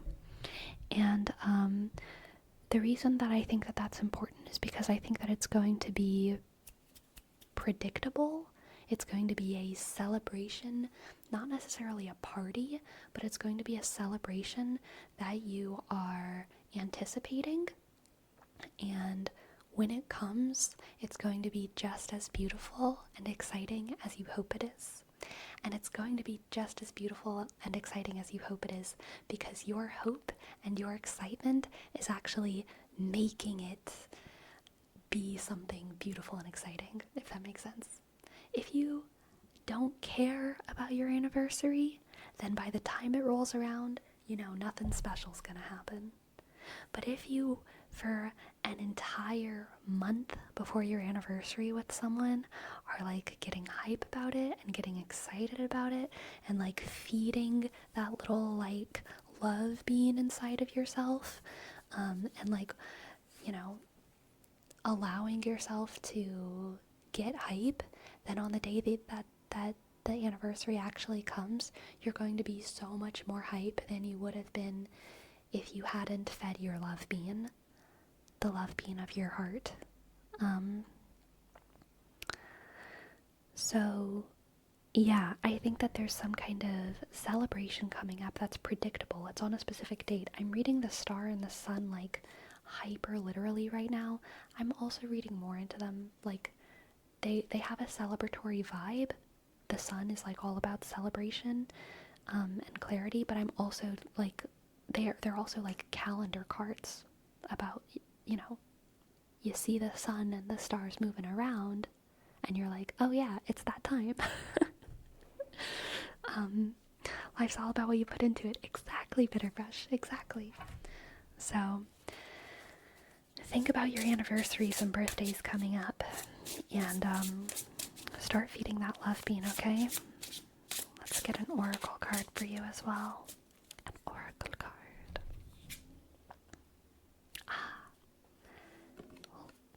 The elk and ash. The elk and ash. The elk and ash. The elk and ash.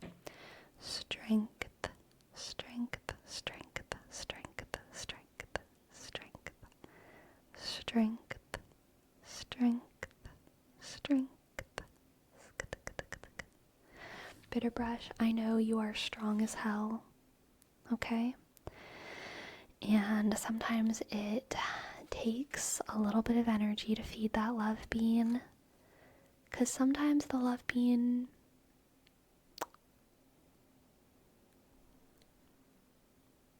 sometimes you don't want to feed it, you know what I mean? Sometimes you don't want to feed it, but you know that if you feed the love bean anyway, that if you decide to love the love bean, you can generate something very, very, very, very real, you know? And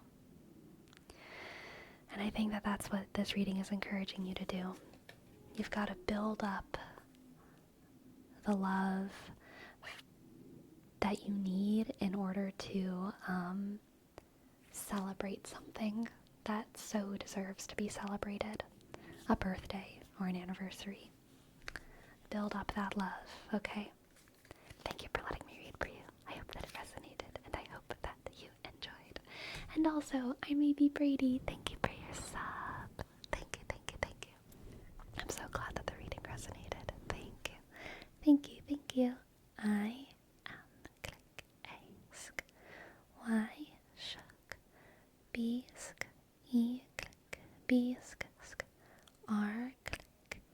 A D Y sk. Thank you, Brady. Thank you, Brady. Thank you, Brady. Thank you, Brady. Thank you, Brady. Thank you, Brady. Thank you, Brady. Thank you, Brady.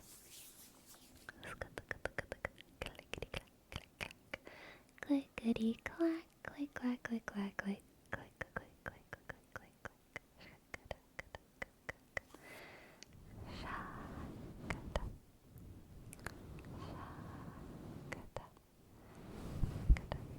Why don't you like Gemini people? Sure is. Here's the thing. I actually was thinking about this the other day.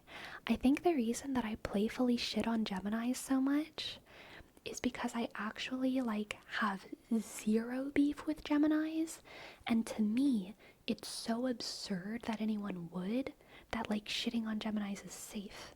Whenever I shit on Geminis, that's like me shitting on apples or like other things that I love.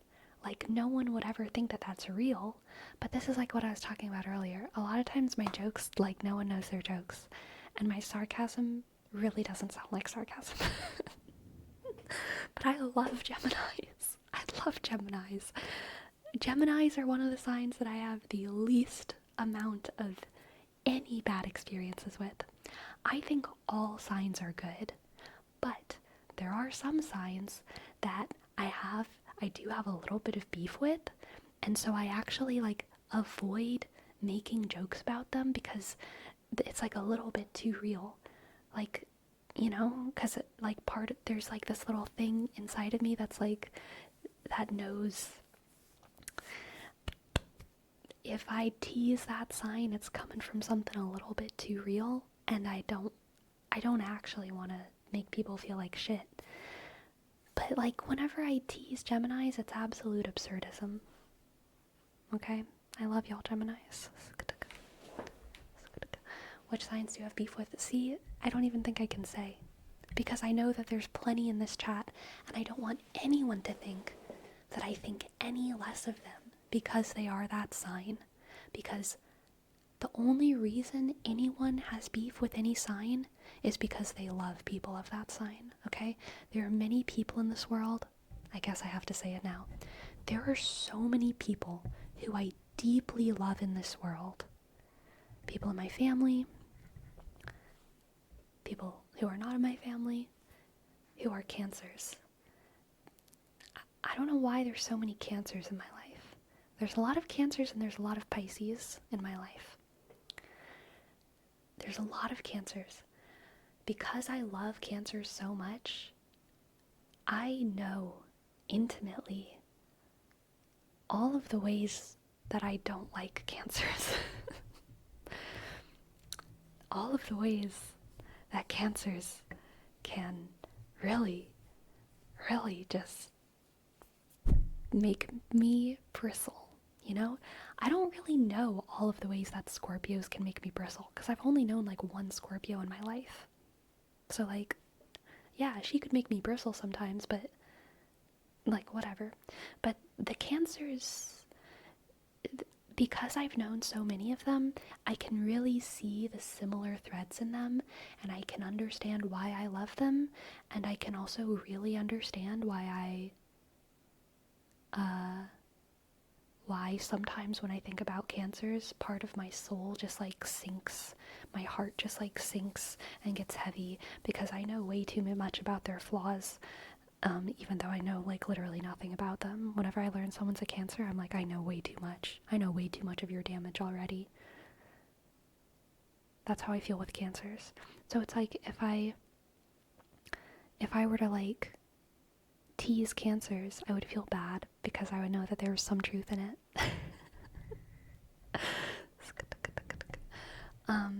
But teasing Geminis is just like such lighthearted absurdism to me, because like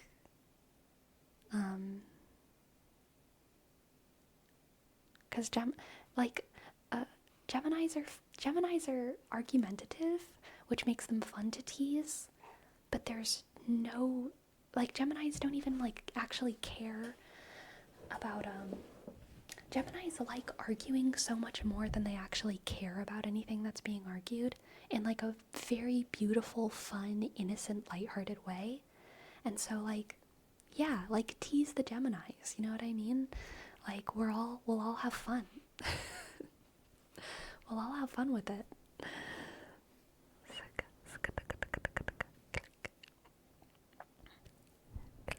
Go ahead, tease the Cancers. I want to know if there's any truth to this stuff. No, I can't. I can't.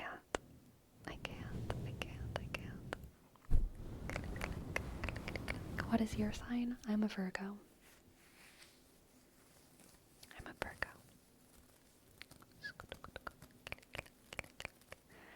As a Cancer, I'm very curious now.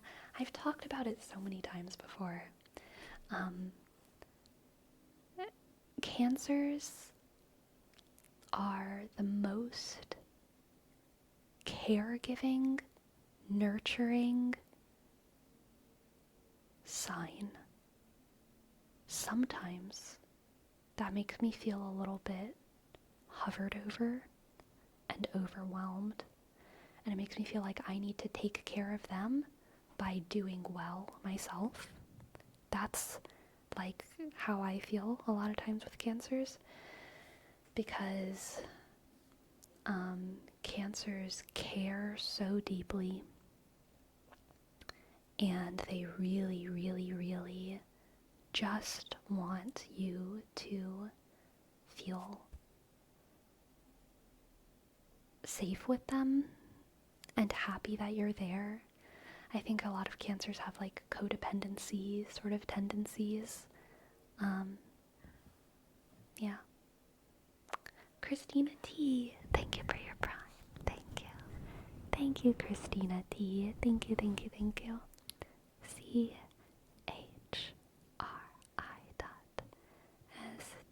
click I dot NA underscore T click E sick A shook. Thank you, Christina D. Thank you. on the other side of that, like, Cancers care so much. They will remember your birthday after you haven't talked to them for 5 years. And they'll send you a text. They will remember your favorite flowers. They will remember your favorite fruit. They will, they will care for you in all of the ways that you tell them that you like. You know what I mean? Like, they will remember how you like to have your hair played with. And they will remember everything that you say in a conversation to an almost terrifying degree. They will spot lies a mile away. They will be able to tell if something is wrong. Which, whenever I say, like, I feel like I need to pretend to be okay in front of Cancers to take care of them, that's something that I do for a lot of people in life all the time, as many of us do. It's not weird to do that. But what makes Cancers scary is that they can tell. When I pretend to be okay in front of a Taurus, the day is good. When I pretend to be okay in front of a Cancer, they make me fucking talk about it, you know? And that's like a great strength. But also, sometimes it makes me, because of who I am, feel a little bit hovered over and smothered and overwhelmed. So, like, life's all about picking your poisons.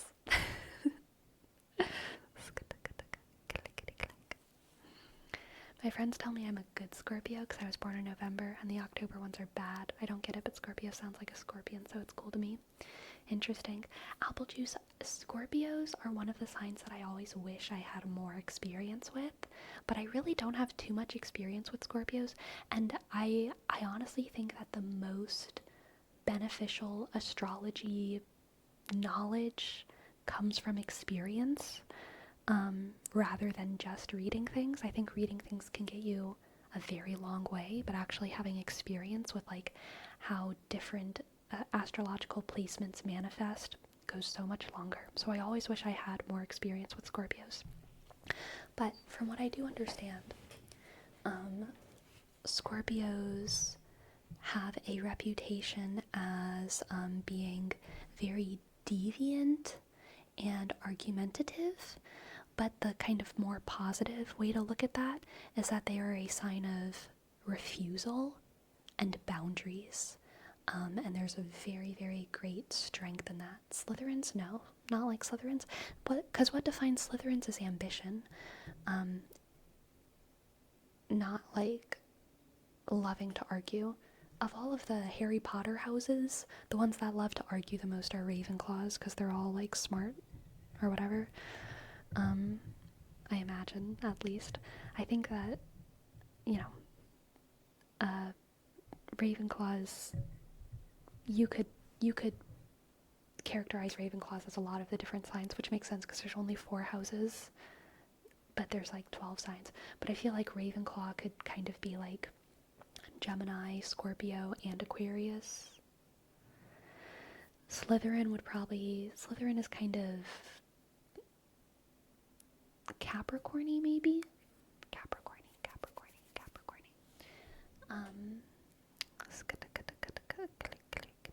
Aries and Ravenclaw? Aries makes sense with that. Aries makes sense. I'm a Cancer and a Slytherin. I feel like this clash now. I don't think so. That actually totally makes sense to me. Because Slytherin's defining factor is ambition, right? And Cancer's, one of their defining factors, I would say, is desire, emotional desire. Cancers have very, very strong emotional desires that they cannot deny or ignore. Also, yes, Slytherin common room's underwater and Cancer's a crab. So true, sick crab. So true, so true. Aquariums should also be Slytherin. I could see Aquarius being both Ravenclaw or Slytherin, honestly. Because they have that aloofness that's associated with Ravenclaws, and they have the kind of fat, like science brains that I would associate with Ravenclaws. But they do also have some of the maybe selfishness, self-absorbedness that I would associate with Slytherins. So yeah, I feel like they could kind of go either way. Can't deny the desires. Exactly, Kodal. Exactly. Sleepy, how's your experience been with us Aries people? I love Aries. Aries and Pisces are two of the signs that make me the happiest to like be in proximity to. I've had a lot of Aries and Pisces coworkers, and they always just make me happy. Like, they are just, I don't want to say they're inspiring, because it's not exactly that. Sometimes they're like shit workers, sometimes they're great workers. I've seen both, but like, Aries and Pisces are just happy making. They're just happy making. So I love Aries and Pisces. Aries and Pisces are great. Good times, good vibes. Yeah. Aries and Pisces are always ready to have a side quest at work. They're always ready to have fun. You know, like, okay, sure, we're working, but we're also gonna like see how many salts we can get away with putting upside down for no reason, for fun, for like whatever. As like a prank that we're not going to tell anyone about. Like, Aries and Pisces are always ready for a dumb side quest. They also handle crises well. Aries and Pisces will handle it well when the ice machine starts just like melting water everywhere in the kitchen. There's going to be a Capricorn in the kitchen, and there's going to be a Sagittarius in the kitchen, and it's going to be like kind of the end of the world for them, and they're going to get pissed off about it. And the Sagittarius might be like, fuck it, I'm out of here, I'm not working today. This is ridiculous. I can't believe our boss never called the person whenever I told them that this was making a weird sound the other day. I'm done. Scorpio might also leave if that boundary gets crossed. Maybe. But Aries and Pisces will be like, okay, every time we have to go into the back to put our dishes away, we have to we have to do one mop of the thing and then go back, and then every time we go we do one mop of the thing, and it's just a fun, silly, dumb side quest that now we have to do every time we go into the kitchen. You know what I mean? They're just always ready for a dumb side quest. They're always ready to handle a crisis with a smile and a giggle. And I love that about Aries and Pisces. As a Sag, I tend to get along with Scorpio. Yeah, both Sag and Scorpio are very good with like self-respect. Self-respect and boundaries, you know? Dumb side quests keep the main quest entertaining. Yeah, for sure.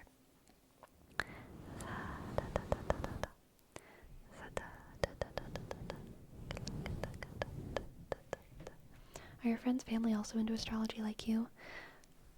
Probably not to the same degree that I am, but yes, they are. It is break time. Thank you, Destructicon. Thank you for reminding me. Alright, my friends, I will be back in five-ish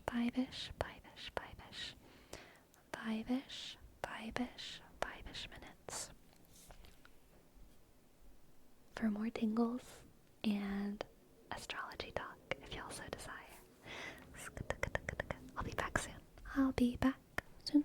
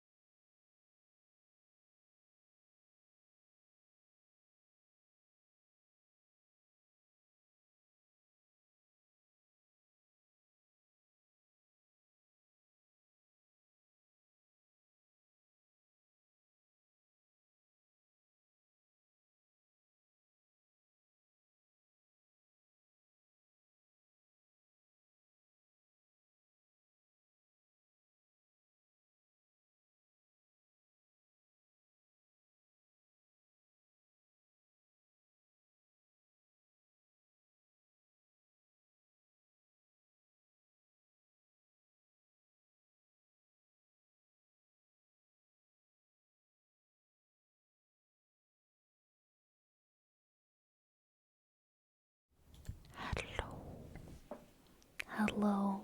Thank you, Destructicon, for making some relaxing sounds in my absence. Thank you.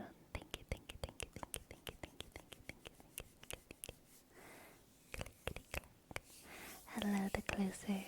Green Ninja, see you, Pearl. Fuzz. Ace. Showers.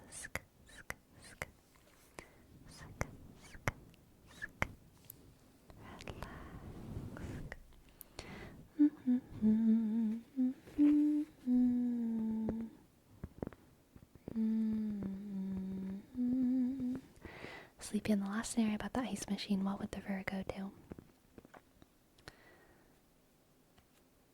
The Virgo would grin and bear it. And find a sense of value in how much harder their work has become as a result of this. They would be like, wow, I worked so much harder today than yesterday. They would still get paid the same, and the Virgo would be like, I'm a really good worker. I worked so hard today. Wow. Would they be proud because the work got harder? I mean, if they did it, yeah. If the Virgo would work as hard as they could. What sign do you think is the hardest worker? So Virgos are stereotypically the hardest workers, but Capricorns are also very, very hard workers. Virgos and Capricorns, I would say.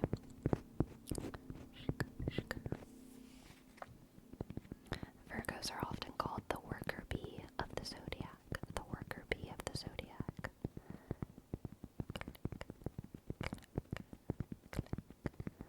Click, click, clack, click, clack.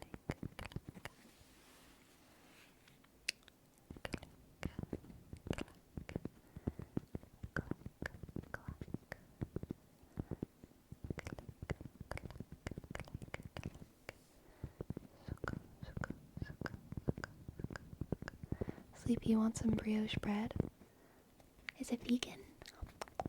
Is it vegan? Vegan brioche?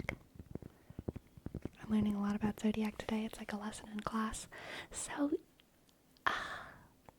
I'm considering actually trying to go for an astrology certification course. I'm considering it. I probably wouldn't do it for like a couple months, but I've considered it for a long time. You can get certified. You can get certifications. Yes.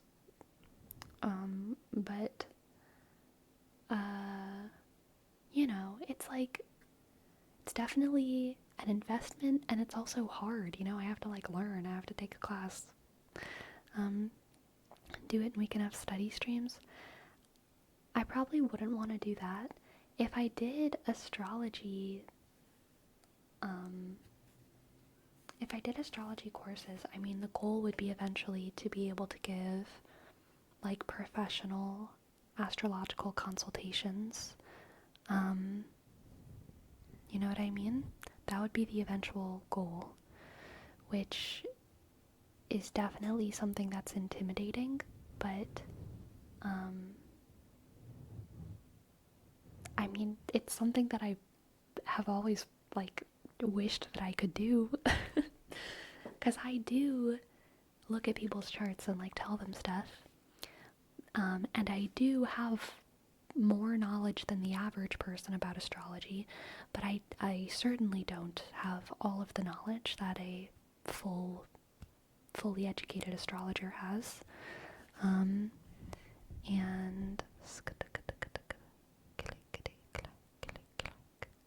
it would be cool if I did.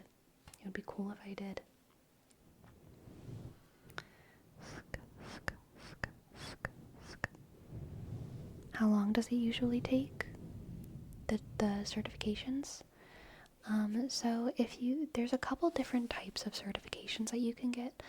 Some of them are on your own time, and it's like around 200 to 300 hours of of online courses, and you eventually take a test, which gets like graded by an actual instructor, but you can do it in your own time. And then there's other courses that are more like a 2-year thing that you go to like twice a week. Most of them are online. But then it's like, yeah, either 1 or 2 years, but it only happens like once a week. So it's like either less of a time investment or more of a time investment, depending on your point of view of life. So yeah. Have you already looked into it? Yes.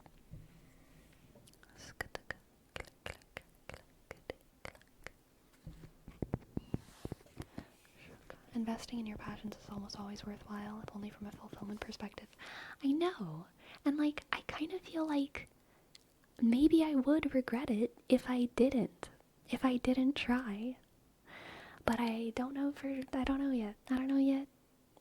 And I would want it to be probably in at least a couple months, if not maybe a year or something, for me to start. Mostly because I feel like I have a pretty good life equilibrium right now, and I'm also just starting to get back into so many of my other hobbies, now that my arm is recovered, and I really honestly want to like invest so much of my spare time right now into doing fun things with my body.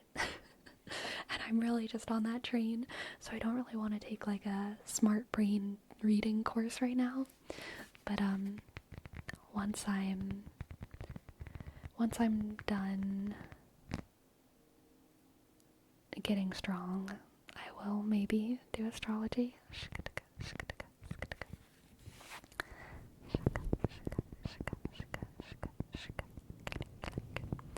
Even though you got hyperfixations, you can't neglect the brain too. It's very true. It's very true, very true. Very true, very true. I watch the Mavs versus Wolves while I listen to this. It's so interesting, even though I don't get how people are into astrology, but to each their own. Yeah, that's fair. I feel like it's something that people just either like or they don't. Like most things, honestly.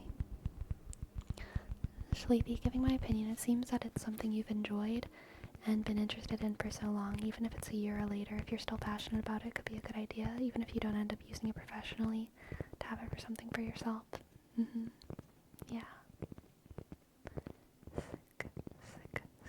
Any good video essays recently? I love watching them in the background whilst gaming. Yeah, Municat did an excellent video breaking down evolutionary psychology. That was a very good video essay that I watched recently. I'm currently in the middle of a video essay by the channel. I think the channel is called We're in Hell, but I might have gotten one or two of those words wrong. But it's about Nick and Vanessa. The title is like Nick and Vanessa Lachey Must Be Stopped. It's why Love is Blind was on my brain earlier, because they kind of talked about Love is Blind a little bit. But I haven't finished that video yet.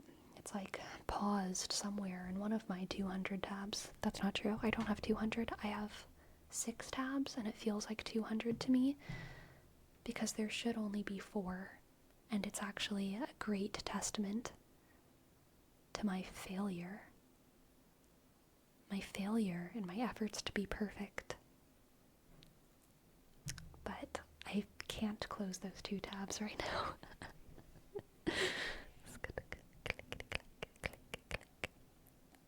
Our video essays made about Love is Blind couples. This one isn't about Love is Blind couples, it's about reality TV on Netflix. So it reminded me of my other Love is Blind thoughts, but it's not actually like specifically about what I was talking about. They did mention some of it though.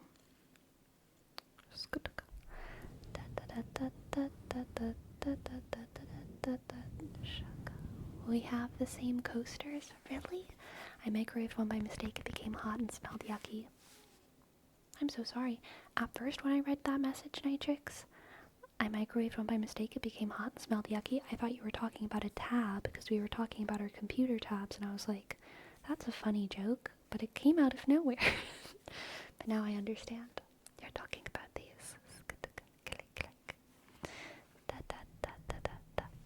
I have 9 tabs open, and one is donated to a pillow with Ryan Gosling's face on it. Very nice.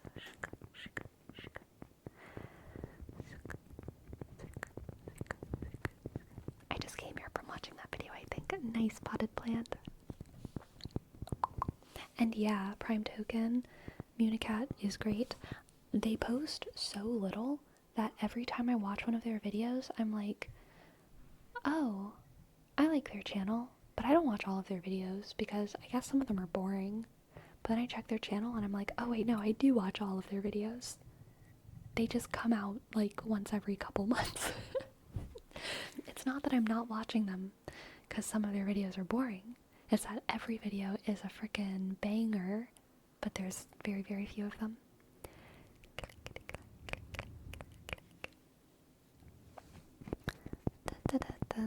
But I understand why. I mean, the production value of her videos are crazy. Like, it would take me much longer than it's taken her to make those level of videos, because her production is just, yeah, through the roof. Hello, Burton.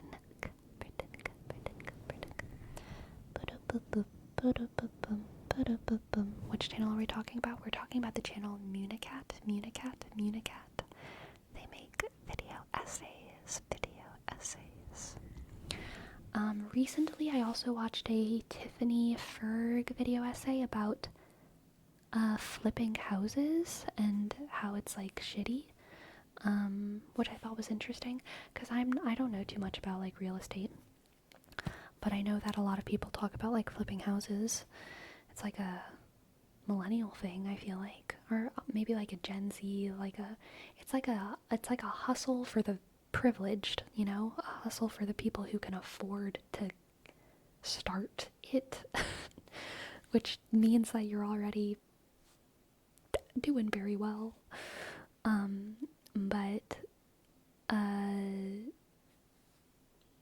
But I never gave it too much mind. I was like, yeah, sure, flipping houses, take an old house, renovate it, sell it. That's honestly probably fine. That's honestly probably good. That was my whole thoughts on the matter, you know. But apparently, it's like shitty. I learned that it's shitty. That's a little bit reductive. I learned that it has great potential to be shitty, depending on how you define it. Renovating homes well and reselling them, I think, is great. But doing the little rush jobs of like flipping houses and making everything like millennial gray and perfectly fit for like a beige mom or something is probably a little bit sad.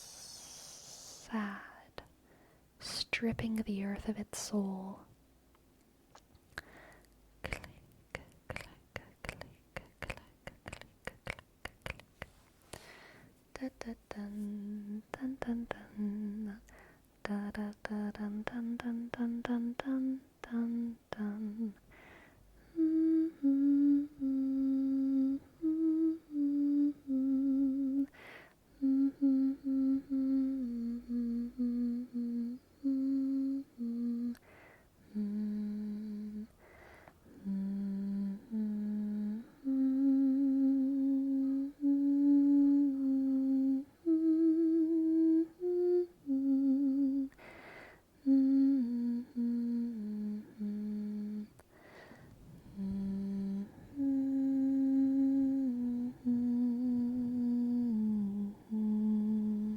Hello, Jamie. Another big issue with house flipping is that the flippers tend to make really cool houses with character and turn them into beige nightmares. Yeah, exactly. Japan gives houses countryside practically for free if you're willing to take care of them. I think I've heard that before. Pretty cool.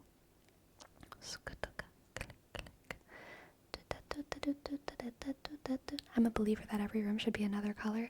Very Edgar Allan Poe of you. Which Edgar Allan Poe story is it? Mask of the Red Death? I think it's Mask of the Red Death, where they go into like this beautiful like hall, like mansion, palace, and every room is a different color. Am I mixing my stories? Because I know Mask of the Red Death is about a weird illness. The Mask of the Red Death. But every room is a different color. But it's like scary though. No, you're right? Okay, cool.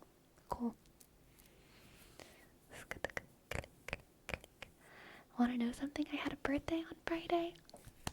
Happy birthday, Nox here. Happy birthday, Nox here. Happy birthday. Happy birthday. Every room? Isn't that excessive? Depends on how many rooms you got, for Rome. Okay, for Rome, what do you have? What do you have, a place with 25 rooms or something?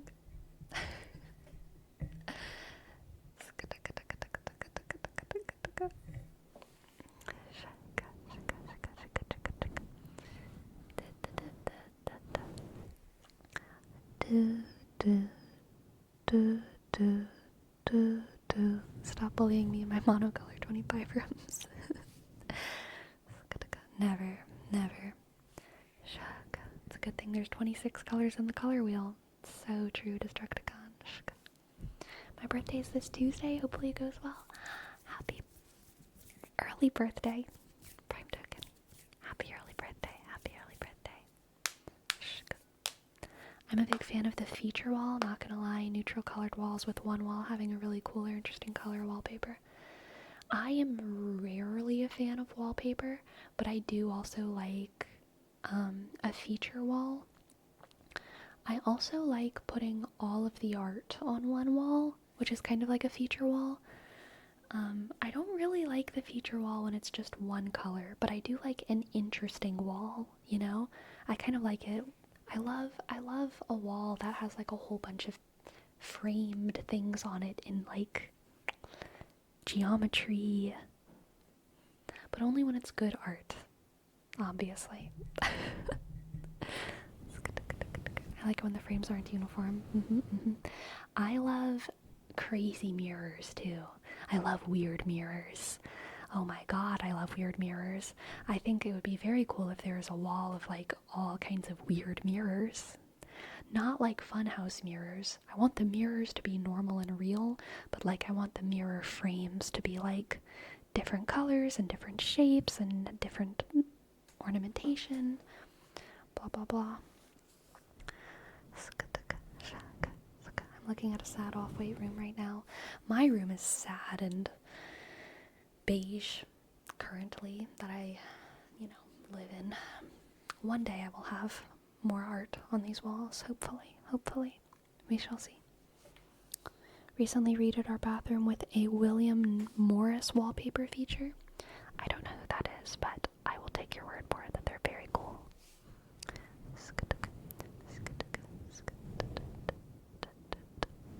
My apartment has a whole wall of mirrors.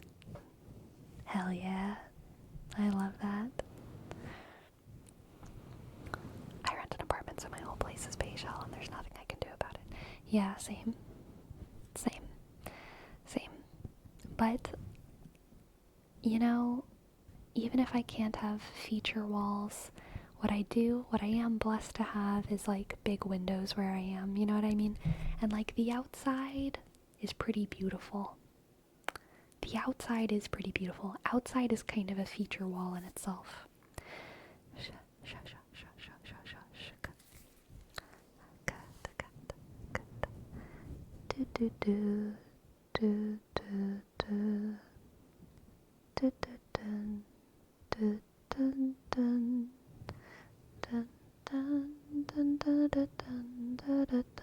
It's hard to have more features than outside. True. Especially during bunny season. Oh my god, there's so many bunnies. There's so many bunnies and chipmunks and coyotes. Those aren't the same kind of cute that bunnies are, but like, oh my gosh, they're so bunnies. All season is bunny season where I live. Oh, lovely. Lovely. Does Gracie look out the window for bunnies? You know, I don't know. It's hard to tell what she sees out there. I've thought about putting a bird feeder out there to see if I can get some birds. Get some birds to entertain her outside the window. Because, can you hear them right now? The birds be a tweetin'. Do you hear that? The birds be a tweetin' over here, but I never see them, I just hear them. So I feel like I need to get like a little bird feeder or something and like put it outside.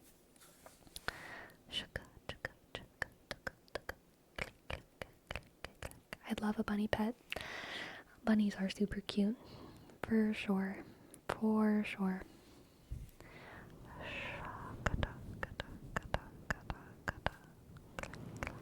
Can't wait to live on my own. It seems freeing and amazing. I think it's definitely like a type of person thing, but yeah, I love living on my own. Oh my god, I love living on my own. It is freeing, and it is amazing, and it is wonderful, and I love it. It is freeing, amazing, and wonderful, and I love it so much. I love living by myself. I love being an independent, free woman in the world. I can do anything I want. I can organize my fridge whatever way I want to. I can put apples on every shelf. I can put bowls and rice on the same cabinet shelf. I can put mugs and oil on the same shelf, and no one will see. It's fine, it's fine, it's fine.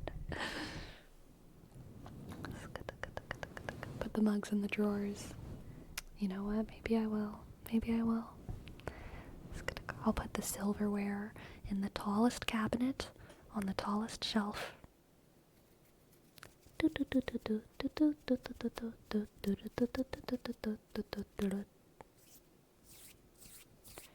do you prefer, living with family, friends, roommates, or by yourself? By myself. 100%.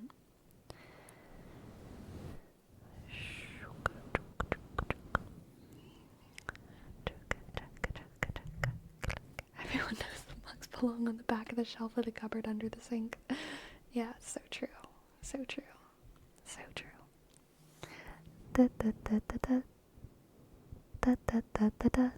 Same, but I've heard from other people that they dislike being on their own. Yeah. I've heard that from people too, and I don't relate. I don't relate. Different people. Thank you for your bits, California Snow. Thank you. Thank you, thank you, thank you, thank you, thank you, thank you. I want one of the spice holders that you can dangle from the ceiling and you can put herbs on it. Yeah. You know, for anyone who lives in the Pacific Northwest, the first summer that I was here, I lived around a lot of wild lavender. And I don't know about where I live right now, because it's not in season, and I just moved. So I don't know how much is going to be growing over here. But I hope that there's some, because I think there's just a lot in Oregon in general, and probably the Pacific Northwest. But I picked a lot of wild lavender, and I dried it in the trunk of my car. Just get a whole bunch of lavender, put a pan in the back of your car, and on those hot days, just let it sit there. I recommend it to everyone, okay? I recommend we all dry wild herbs in the backs of our cars, because it works great. Did you do that to fight off the holy moldy in the car? This was before the holy moldy. What did you do with it after? I gave some of it to some relatives who really liked lavender, but also I kind of just would crumble it on stuff that I wanted to crumble it on to make it more aromatic and pretty. I think I put it in some candles.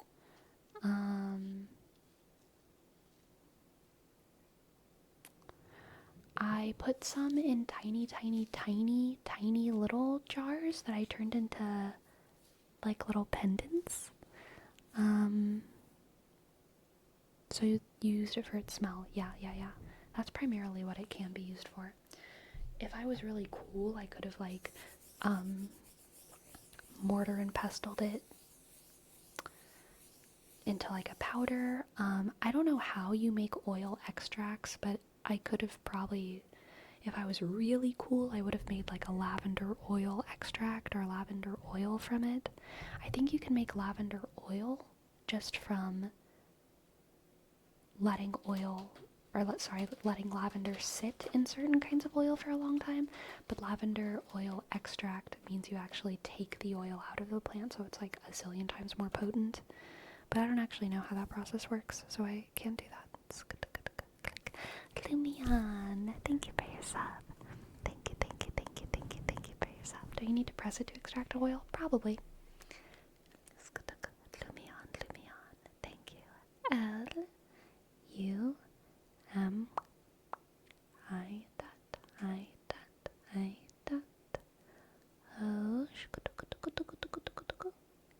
And thank you for your sub, Lumion.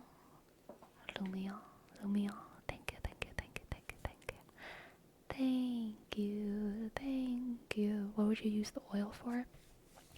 Anything that you use essential oils for. I don't know all of the uses of lavender essential oil.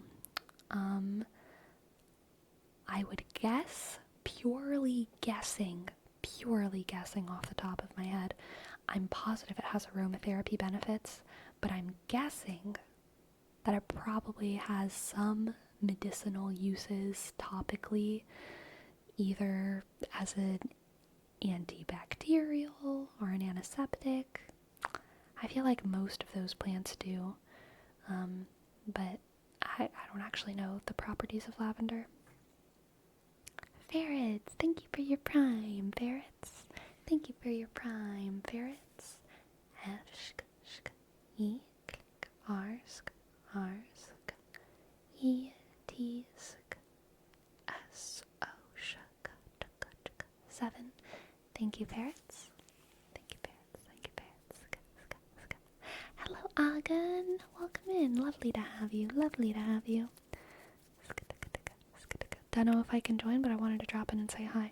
Well, you have my permission, Agan.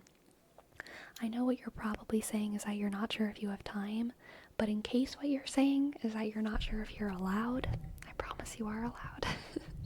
I promise you are allowed. I think people used to use lavender to help with muscle soreness. There you go. I knew it had something. I am so glad, McJake, you have finally returned from dinner. In true Scooby-Doo fashion. Finally returned.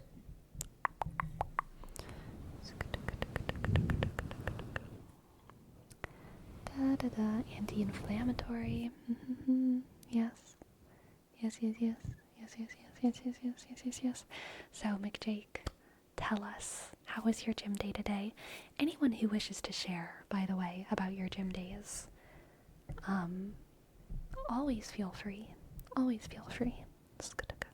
I just know McJake's always got it right at the top of their noggin, ready to spill the beans. So that's why I ask.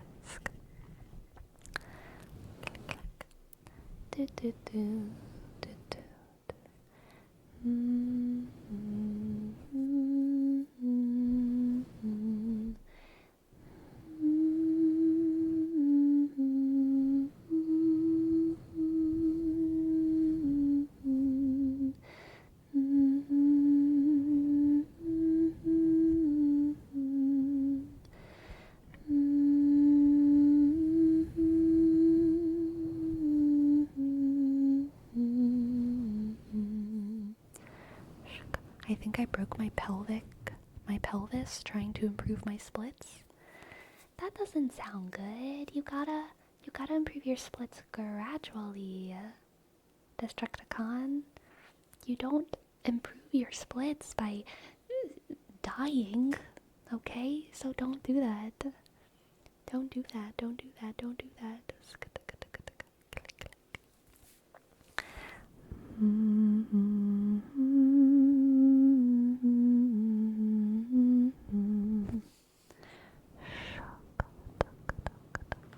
It was unexpected. I didn't plan to slip from the foam I was using as a support. Oh god. Oh, that sounds so painful. Oh. I remember once in high school, I was practicing my splits, and I just went too hard. It wasn't like a sudden like slip or anything like that. I just pushed myself way too hard, and I feel like I tore like my inner thigh a little bit. Not like a full tear, but like it was really painful for like 3 or 4 weeks. But it eventually got better, thank God. But man, that sucked. That sucked. That sucked. Hello, cat.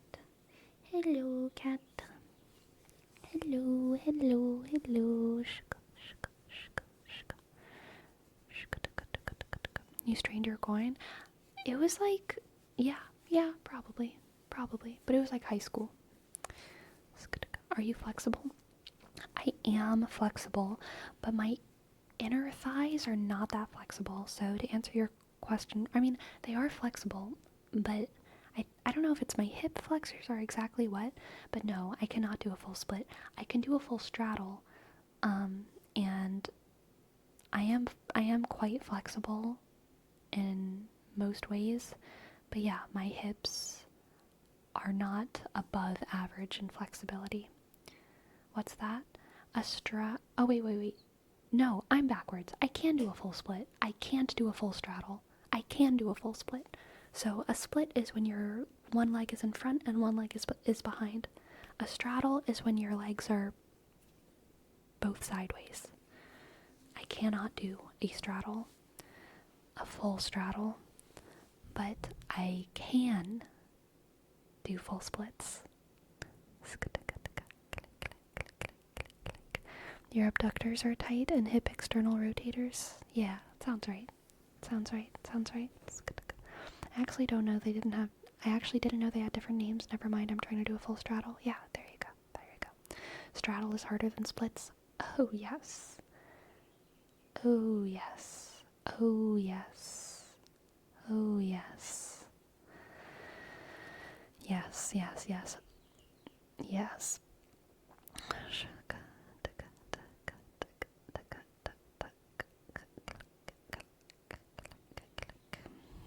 Click. One of my most comfortable ways to stretch that though is you lay on your back and you sit and you lay on your back with your butt touching a wall. So like here's the wall, here's your butt, and here's your back. And your legs, you let them hang to the side. Imagine, okay, wait, actually, my elbow is your head. And your butt's on the wall, and these are your legs, and you let them open, and you just try to let them relax, fall open, and breathe in and out, and let them fall slowly over time. It's a very relaxing way to stretch your straddle. Oh, thank you for repeating, McJake. Gym day today was great. Bent over barbell rows for 3 times to failure, then lat pull downs, 3 sets of 12, chest supported rows, 3 sets of 12, pull ups till failure, rear delt, 3 sets of 15, and lastly overhead tricep extension and bicep curls. I do not know the names of a lot of these arm exercises. Like, I don't really know what they are, but that sounds like an intense arm day, McJake. Tomorrow is my arm day, and I'm excited. I'm hyped for it. Mostly back. Oh, I guess, you know what? I kind of just chunk upper body and lower body together, and I just call it legs and arms, even though I know that it's so much. When I say when I say I'm working my legs, I really just mean lower body. And when I say arms, I really just mean like everything that's my upper body. I don't know why I have the bad language habit of doing that, but yes, I do that. I do that. Very cool. Tomorrow is my upper body day. Upper body day. There's a legit split called an upper and lower split, very common for athletes. Interesting.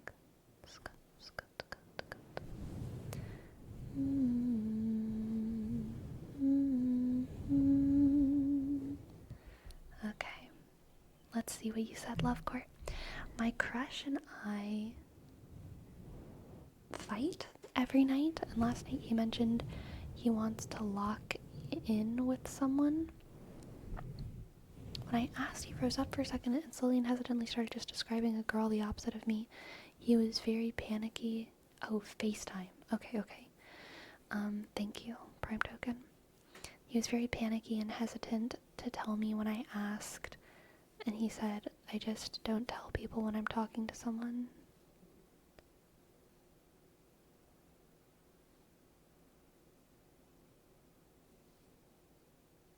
I don't even think I understand what's going on. I don't even think I understand what's going on in this story.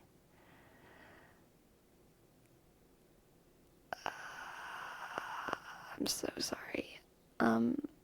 Why would he lie? Why would he lie? Right?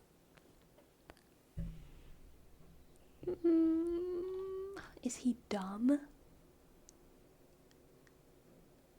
If he's dumb, then fuck him. You deserve to be with a smart boy, okay? And he would only lie if he was dumb. This probably doesn't answer your question. But, I don't know. He's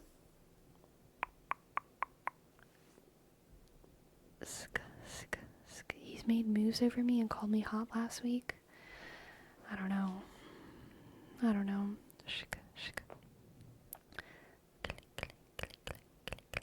Today, at the gym, I finally used the barbell to do squats. I did. I went to the squat rack for the first time and did it. And it was very scary. How was it? It was good. But I don't think I did a very good job. I don't think I was doing a full extension. Like, I don't think I went down as far as I should have gone down. But I think it's because I put too much weight on it. Because I wasn't accounting for the actual weight of the bar. I don't know why I wasn't. But I was just thinking, like, I should probably put like at least 40 pounds on this. Because that's what I usually squat, is 40 pounds. And so I put 40 pounds on it. I think it was the girl bar, though. I'm not actually sure, but I think it was the girl bar, which is like 10 pounds less than 45. It's like 33 pounds or something.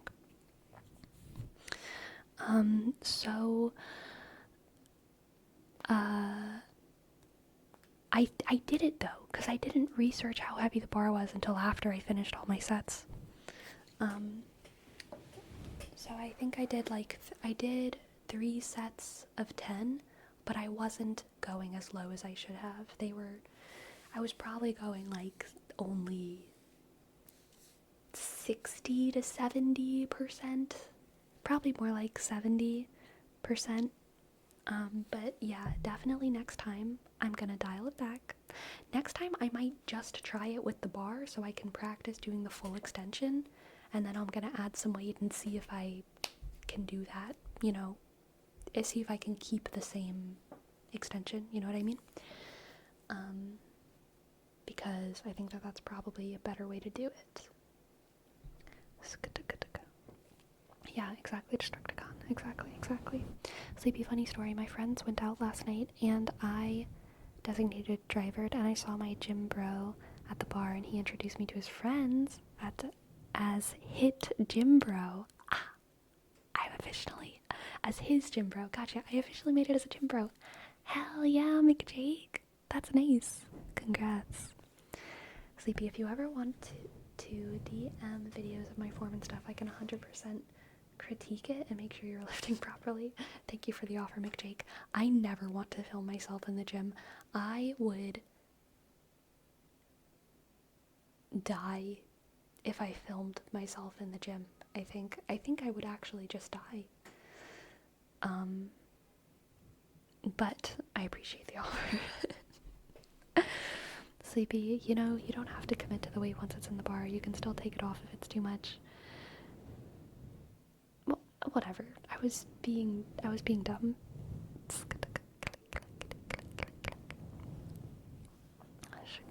I wouldn't tell you about the security cameras the gym has. They're always filming. It's not that I don't want to be filmed. It's that I don't want anyone to see me put my camera in front of me and press record. I'm fine with the security cameras. They can do what they want. That's fine. I just don't want anyone to see me filming myself at the gym. I would die. I would die.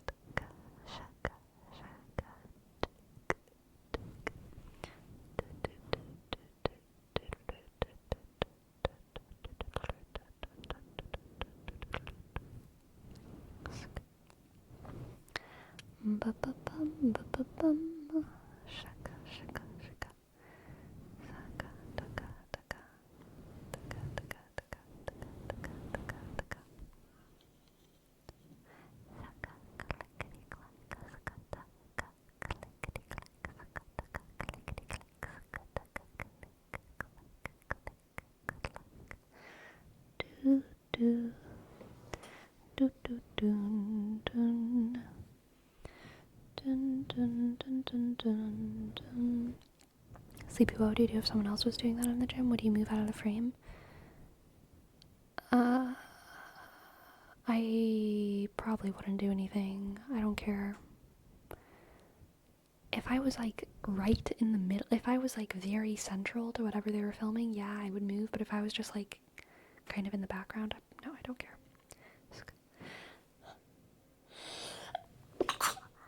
Oh gosh, that was a good one. That was a good sneeze. Thank you everyone.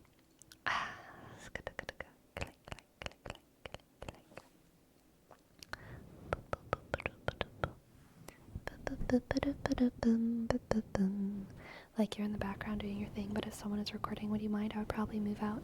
It depends on what I'm doing. If I was in an open space, if I was in like a free weight space and it was very easy for me to move, I would probably move. But if I was like on a machine or something, I'd probably stay. I would never let what someone else was doing like interrupt my workout. I don't care that much, you know? But like if it was no interruption to me and I could very easily just take my weights and like move 5 feet over, then I'd probably do that.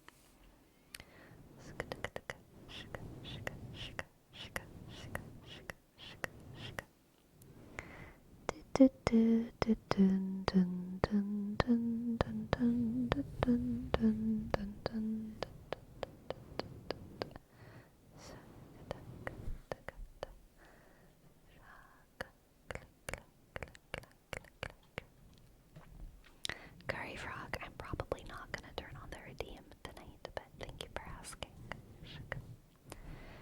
I don't like being caught in people's videos. I avoid it like the plague. So stressful. Don't perceive me.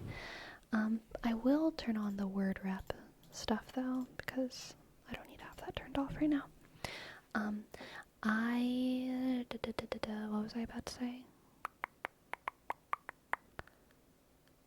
What was I about to say? Oh yeah, pumpkin spice. I don't like being caught in people's videos. I avoid it like the plague. So stressful. Don't perceive me. I used to feel like that, and then I just like stopped caring. I don't know when. I don't know why. Well, no, actually I kind of do. I just stopped caring. there's a specific point in my life where I just stopped caring. And I still don't care too much. What if the person recording is a famous influencer? You may appear in their clip. If I knew they were famous, I would take my opportunity and I would go up to them and be like, hey, you want to collab? I'd be like, hey, you want to do some ASMR at the gym with me? And like oh my god, it can be like a video like where like you're showing me all the gym equipment, and then it's like a comedy bit because like instead of working out, I'm just like tapping on it. Want to collab with me? That's what would happen. Business brain kicks in. Oh yeah.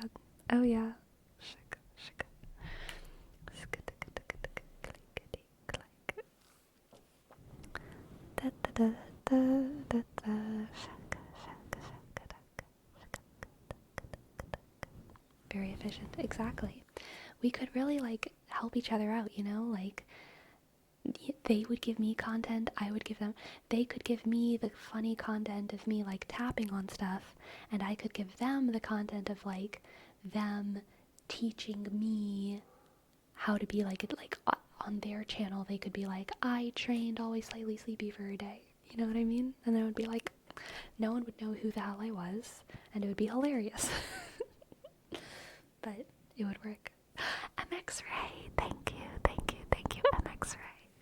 Thank you, MX-Ray, for gifting a sub. Thank you. Sorry I didn't notice it for a hot second. Thank you so much. Thank you, MX-Ray, M click X underscore R E Y. Thank you, MX-Ray. Sleep's a little laggy tonight. It's true.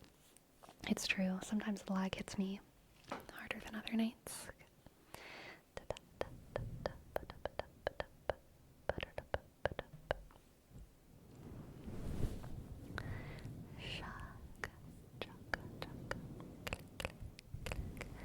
Sleepy, respond honestly. Have you tried tapping on the gym weights already? So I know how the gym weights would sound if I tapped them. So I haven't tapped on those. But there's other things at the gym that I didn't know what it would sound like if I tapped them. So I did tap on them. Like the Pilates balls and some of the benches. And some parts of the treadmills. I was like, I wonder what this would sound like. And I tapped on it. I don't think I tapped on anything else though. Yeah. It's good to go.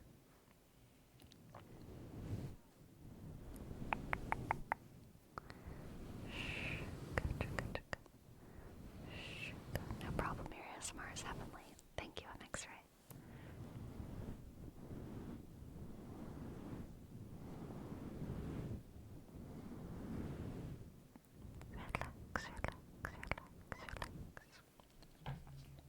Let's do some more bloop bloops.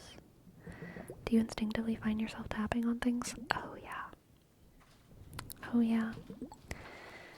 As my cat scratches her cat tree, so I tap on things.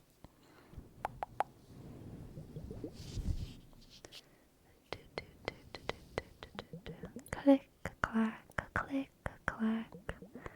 Click, clack, click, clack. Shaka, shaka, shaka, shaka. Shaka. I hope she's not about to do it, especially because I have a candle lit. But sometimes I'm gonna move my mic, so you might not hear this very well. Sometimes my cat tries to climb behind this shelf by going through the cubby hole, because you can't get there by going back here because it goes all the way against the wall. So the only way for her to get back here is to climb through here. And she can do it, but she gets stuck. She can't get back out. MX-Ray, thank you for your sub. Thank you for your sub. Thank you, MX-Ray. Click, click, X, underscore, R, sh, E, Y, click. Thank you, MX-Ray. Thank you, thank you, thank you. So if you want to know what makes good ASMR, the tricep cable handles tapping on the hard plastic together makes good sounds. I want to try the cable machines. I still haven't tried the cable machines, but I really want to try them. So maybe tomorrow I will try them for the first time. We'll see. Cable machines are scarier than squat rack. Yeah. Because I don't know how it works.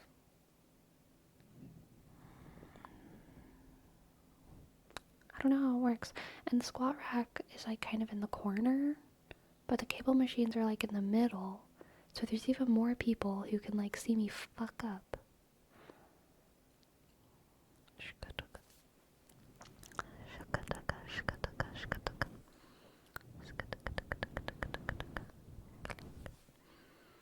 Quick to a YouTube tutorial. So I've watched YouTube tutorials for the cable racks. Cable machines. I've watched them, but I'm still intimidated. I remain intimidated. You just said you don't care about being perceived anymore. I don't care about being filmed. I don't care about being filmed. Being perceived, like, fucking stuff up in an embarrassing way, still can kind of embarrass me, for sure. But if someone's filming me, even if I am, like, fucking up and doing something embarrassing in the background, like, that's their responsibility as the filmer. Like, even if I were to, like, accidentally take off all of my clothes and roll naked on the ground, I would feel no shame because that was their fault. You know what I mean? Don't worry, I won't do that. But like, if someone else films me, then whatever happens in the frame is their fault. I take zero responsibility for what I do when I'm being non-consensually filmed, okay? That's how I feel. If I'm being consensually filmed, or if I'm just doing something in public, then I do feel responsible for that. I feel responsible for all of the behavior that I willingly subject the people around me to. You know what I mean? I do not feel responsible for the behavior that I do not willingly subject myself to being perceived by whatever language.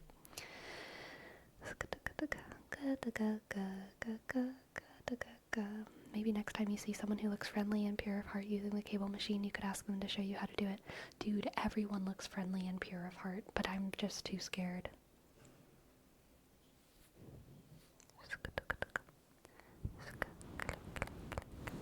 Sleepy, I don't know if that works in the Court of Law. Sleepy, they were filming me. I had to rob the bank.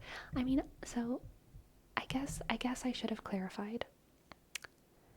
If someone is filming me in a public place and I'm doing something bad, in all likelihood, I'm not doing anything bad because I wouldn't do anything in a public place that I wouldn't do in a public place, so I'm not going to be taking off my clothes and rolling on the floor naked. But if it looks like that's what I'm doing on camera by some weird trick of imagination, by some weird trick of the light, then like I don't care. If someone films me and I look like an idiot at the gym, I don't care. You know what I mean? Because I know I'm trying my hardest and doing my best, and I'm not an idiot.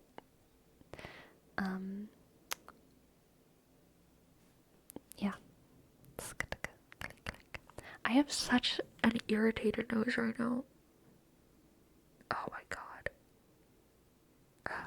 I don't know if it's one of these mic hairs or what, but something's just like irritating my nose so much. Sneeze it out. I keep wanting to sneeze. I keep like feeling like a sneeze like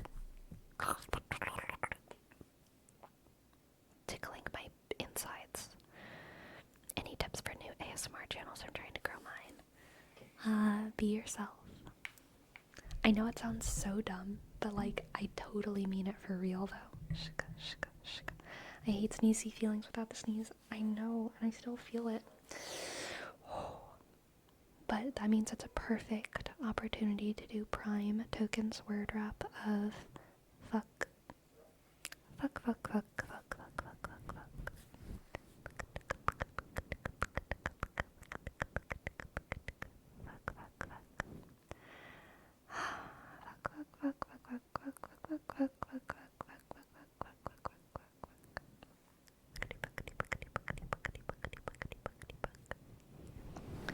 I've been in the gym for a while now. I still feel like an idiot quite often, which can be good and bad. People who are too confident can be inconsiderate. Yeah, for sure. Fuck.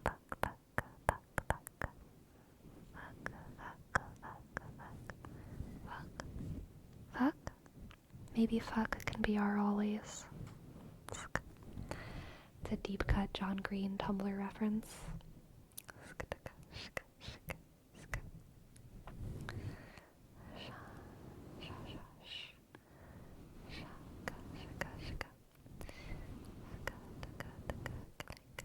Streams are becoming less and less say-so by the day. What does say-so mean?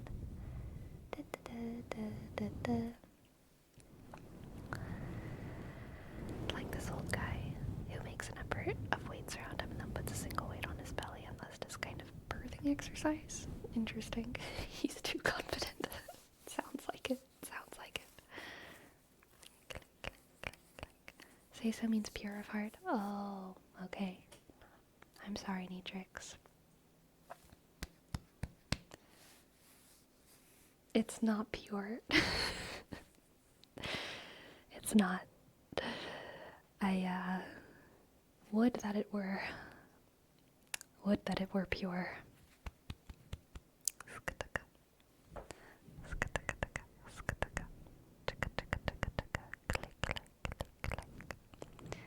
Do do do do do do do do do do do do do do dun dun dun dun dun dun dun dun dun dun dun dun dun dun dun.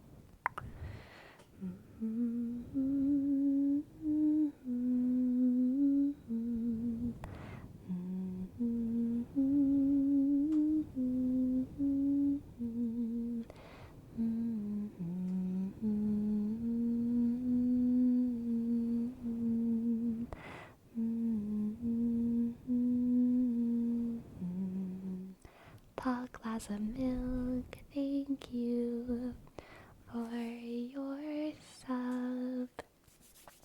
Howdy, howdy, thank you, tall glass of milk. T-shuk, A-L-G, shuk, L-A-suk, C-O-M, click I.L. Okay. Thank you. Thank you, dog glass of milk. Alright, yes, let's learn about this saint. Like CEO was saying, their name is Carlo Acutis. I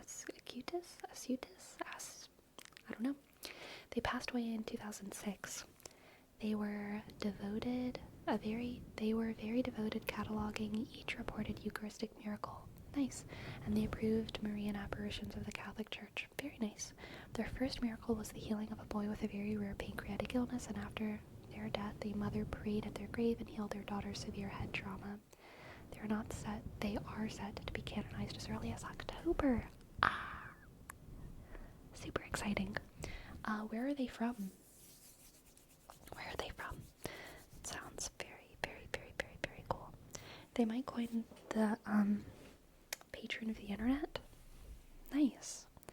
Interesting. From London. Gotcha. London. Are 2 miracles enough to be considered a saint? What are the parameters? 3, I believe it's 3 confirmed miracles. Isn't it 3? 3 confirmed miracles are enough to be canonized as a saint. To be considered a saint, all someone needs to do is say, I think they're a saint. You know what I mean? And being a saint just means that you're in heaven. So there are many, oh yeah, there are some exceptions. If you die as a martyr, you're considered a saint. Always. I always thought it was 2 miracles. I think it might be 2. You have to be dead. You have to be in heaven. Those are really the only 2 actual requirements to being a saint. But to be canonized as a saint, which means that the church says, we know this person is heaven, means that you need to have 2 approved miracles by the Vatican. How do they confirm if you're in heaven, though? If you do miracles from death, then you are considered, then you are canonized as a saint. You know what I mean? That's how they confirm it.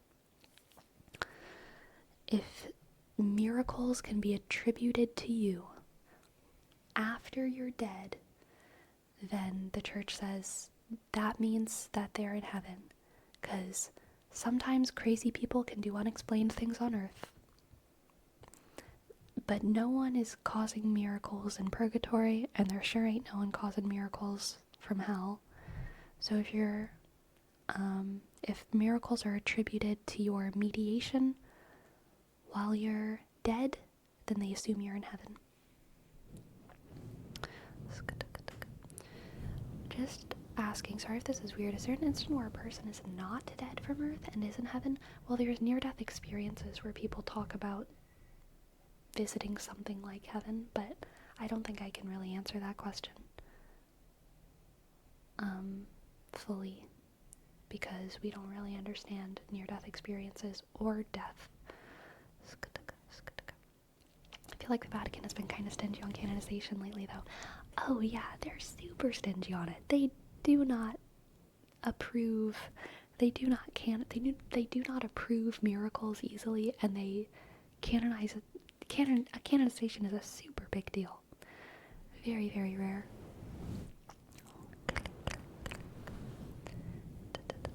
Does that mean sinners are unable to perform miracles? No. Again, unexplained things can happen through, well, okay, first of all, every saint is a sinner. Every saint has sinned.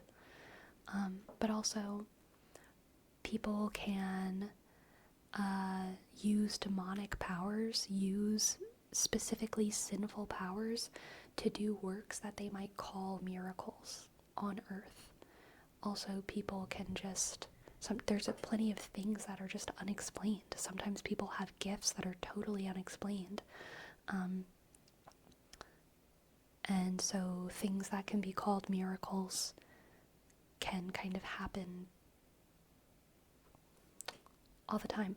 This is also another part of the reason why no living person is ever canonized a saint. Because in order to be a saint, you have to be dead. There's some people who, even while they were alive, the church and the Vatican, we were like pretty sure they'd probably become saints. Like Saint Lucia was one of those.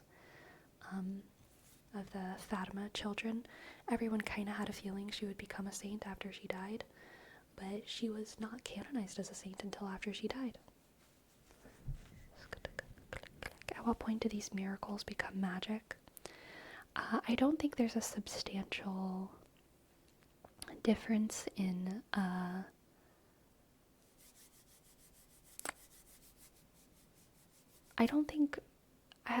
I think that the distinction between them has to do with how you understand the power behind what's happening.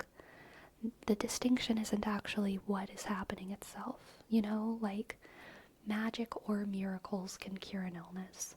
Magic or miracles can give you insight into a situation that maybe you shouldn't have insight into. People usually call it magic if it's through your own power. People usually call it miracles if it's through some higher power like God. That might be channeled through a person, but it's probably attributed to like a higher mysterious power. But that's like very semantic-y. But like the thing that's actually happening is like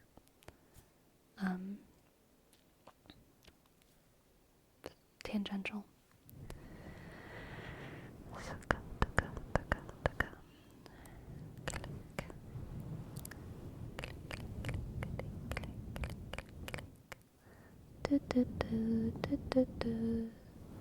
Well, sin is bad enough to not be in heaven. Sin, all of us have sin. All of us have sin. It's only if you die with a mortal sin on your soul that you have no remorse for, that you know is wrong, that you are barred from heaven. Most of us die with sins on our soul that either we don't know were sins, or that we are remorseful for, but we didn't have time to go to confession or whatever, or we didn't have all the information that we needed to rectify our lives. So the Catholic belief is that most of us go to purgatory, which is a place of kind of healing and purgation.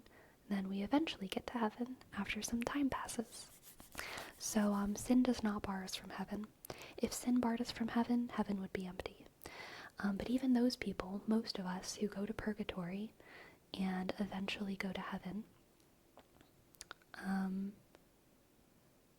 are saints when we're in heaven.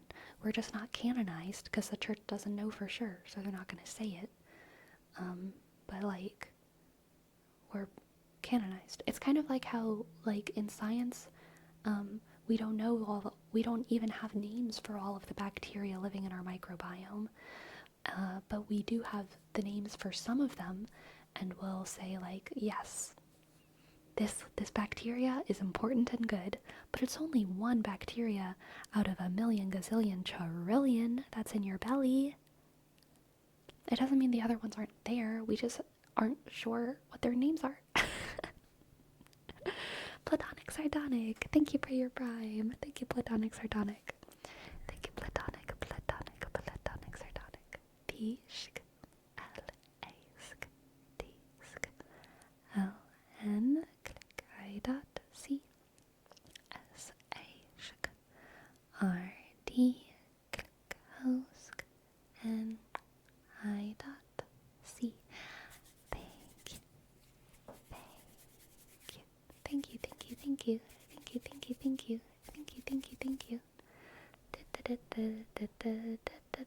What if I can't remember your mortal sins? If you truly can't remember, then I would say that that's purgatory material. Whenever you go to confession, confession actually accounts for that.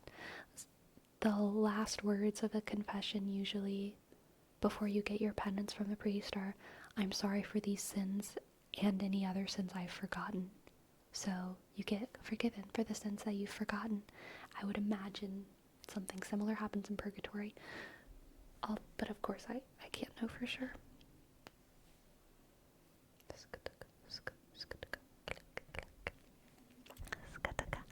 Star. Thank you for your tip. Thank you. Thank you, Star. I'd love to give you a short, lovely tarot reading. A tarot reading for my current aspiration. Okay, your current aspiration. Lovely. Let's see what the cards have for Star. Star.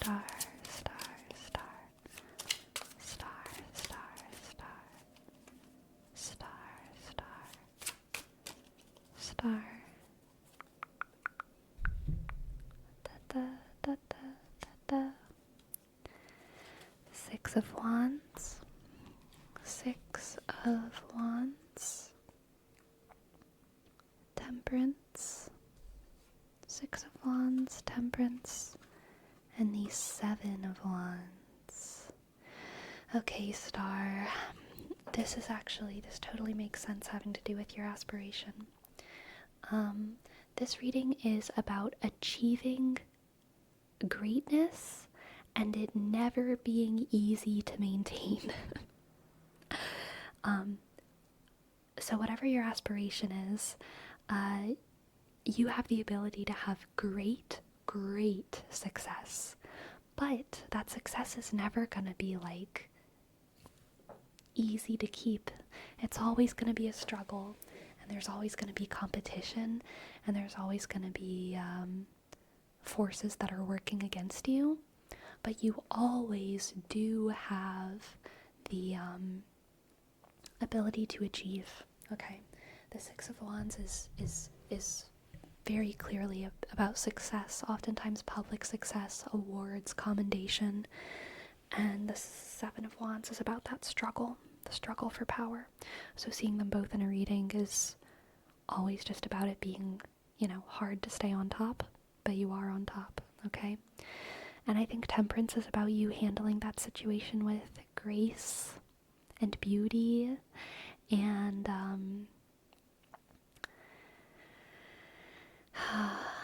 being able to handle it in a way that's inspiring to other people.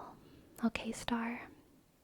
So you're gonna do great. You're gonna do great. Just keep believing in yourself.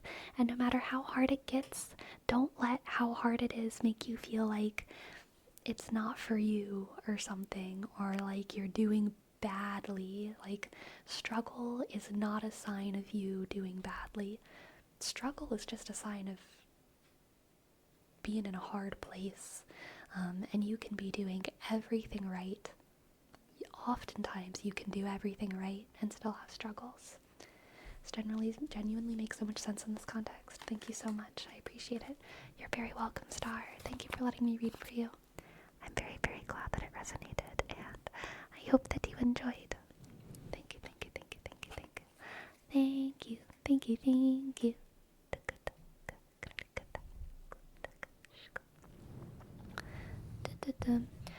So earlier whenever I was talking about purgatory, I did slip up a little bit. I think I said something like, I was talking about what the Catholic Church teaches about the point of purgatory, and what I said about the point of purgatory is true and in line with the Catholic faith, but kind of in the same breath, I said most of us go to purgatory, and I shouldn't have said that, because that is what I believe. That is not actually Catholic Church teaching. Catholic Church teaching does not have any hard stance on the amounts of people going to heaven, hell, purgatory. There's a lot of saints that have different opinions on it, and the church is like cool with that. The church is very much like, have your own feelings about how many people you think are getting into heaven and how many people are damned to hell. Because the Catholic Church doesn't like to, in principle, it kind of thinks that we shouldn't judge people in the way that God does, right? We don't know who goes to heaven and who goes to hell and why and blah, blah, blah, blah, blah. So when I say that most people go to purgatory, that is purely my belief, not necessarily church teaching. I don't know what the majority of Catholics believe on that. I know there are definitely some Catholics who kind of believe that it's incredibly hard to get into heaven and that hell is full of idiots who just never got it right. And then there's other Catholics who believe that hell is empty and that hell exists as a potential place for people to go, but it is in fact only full of demons, because demons are the only truly unremorseful beings that God created. So there are Catholics who believe that hell is empty, and I love that. I love that, personally. And it's still totally in line with church teaching. And then there's other people who think that, most people go to purgatory and blah, blah, blah, blah, blah. Blah, blah, blah, blah, blah. What's God's view on vaping? God's view on vaping is that the marketplace of ideas sure is a crazy place.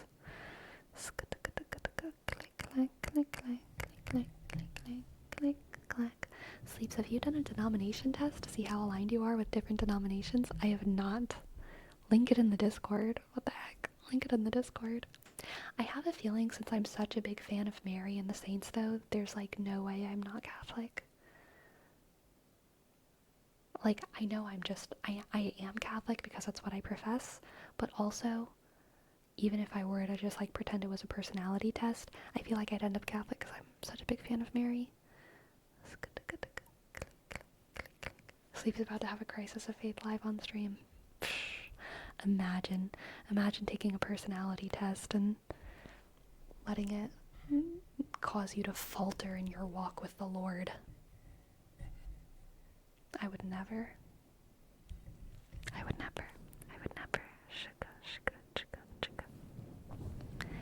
Dun, dun, dun, dun, dun, dun, dun.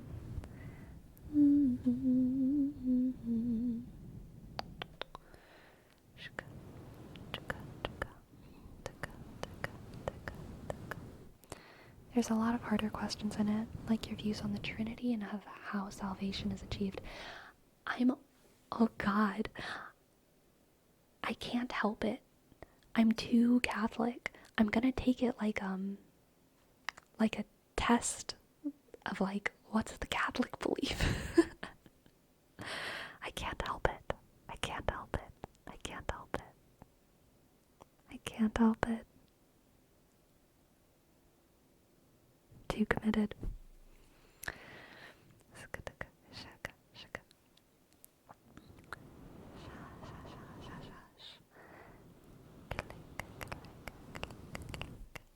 I've always kind of felt that Catholic is the way to go in modern times, since you don't need the benefits of Protestantism, but I also realize this is probably very ignorant of the nuances. Yeah, I obviously am Catholic because I think it's based and right, and I love it.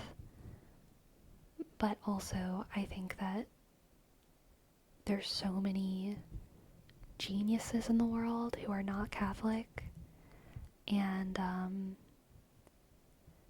I think telling them that they are doing their life wrongly is like very ignorant of me to say.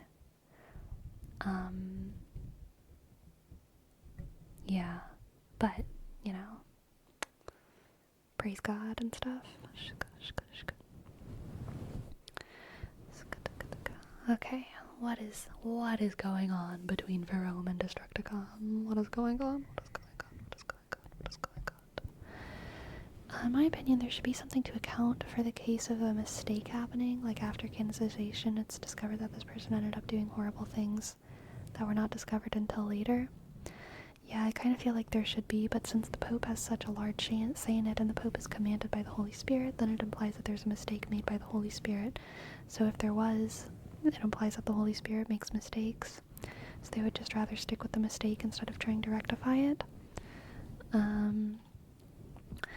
Well, there's faith in that it's not a mistake. They're canonized for a reason that may be above our understanding. So if you reject the canonization, you're rejecting God's judgment and infallibility. Yeah, that's basically it. It's kind of the same reason. So like popes, there's been some very bad popes in history. Like objectively bad popes. Popes are not necessarily saints, though. Most popes are not canonized as saints. And there has been popes that are objectively bad that the church will look at in history and be like, yeah, they were shitty. They probably killed people. All kinds of stuff. And so if the Pope is infallible, then how does that make sense? But here's the thing. The infallibility of the Pope, for Catholics, doesn't mean that the Pope is always right. It just means that when the Pope speaks ex cathedra, which is a specific type of statement, that they will never lead the church into grave error. It's very specific. It doesn't. When they speak ex cathedra, they might even say scientific inaccuracies. When they speak ex cathedra, they might do things that are kind of like wrong, but the Pope will never lead the church into grave error from like God's divine providence for all of the people of the world. And so whenever people get canonized as saints, it's not exactly the same thing of like, someone can be canonized who's not actually a saint, but it's more that even if bad stuff comes out about someone who is canonized as a saint, then it probably is like what Destructicon was saying. There's probably stuff that we don't know or fully understand about their life that would revalidate their sainthood in some kind of way. There's an infallibility there that is beyond our understanding of it. We got Bible study ASMR before GTA 6. So based, Mozox. So based. Love it. Popes can't have hobbies. Dude, they probably don't have time for hobbies, but I hope they have hobbies. I hope they have hobbies. It's also important to remember that someone sinning does not mean they can't be a saint, since repentance is a big part of the process. Also very, very true. There are saints who were at some point in their life, like rapists, murderers, heretics, prejudiced in all kinds of ways, hoarders, greedy, and most of them went through, or all of them went through some kind of transformative cycle of repentance that raised them to the level of sainthood. Jean Shorts, here's your name trace. Name trace. J, click, E, A, N, S, H, O, sh, R, T, sk, S,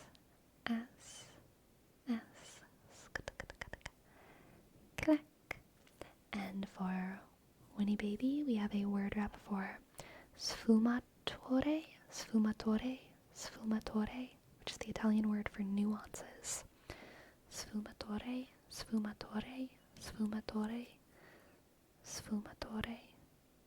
Or maybe sfumatore. Sfumatore.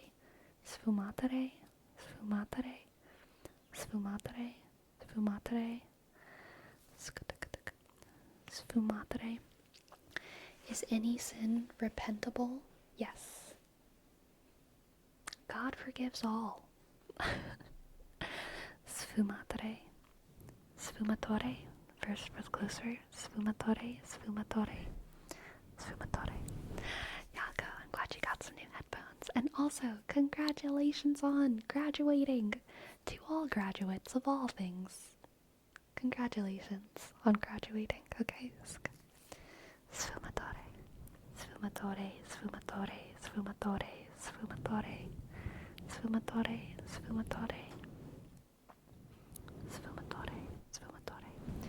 To answer Frome's question more thoroughly, is any sin repentable, or are there things that are so bad that there's not coming back from? One of the things that makes God greater than man is his ability to forgive infinitely. Humans cannot forgive all sins against them. We do not have the emotional capacity to forgive endlessly. We shouldn't expect that of ourselves. We definitely shouldn't expect that of others. It's an ideal to strive towards, but we're never going to achieve it. But God is way big. God is so big. God's all the humans put together, but a good thing and not a bad thing. And his ability to forgive is also infinite.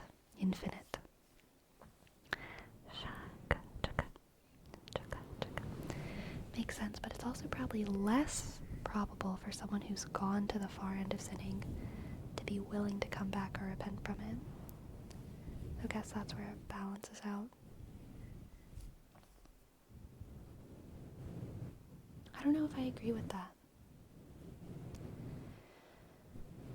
I think for every horrible nightmare human who stays horrible nightmare, there's at least one person who's equally horrible nightmare who becomes better within their life.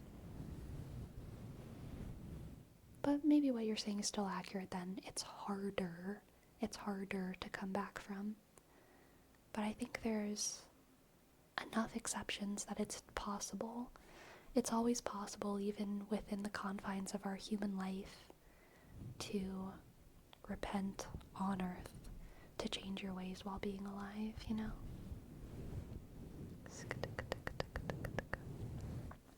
There is no need for any balancing out because of forgiveness is infinite. Yeah, that's true. That's true as well.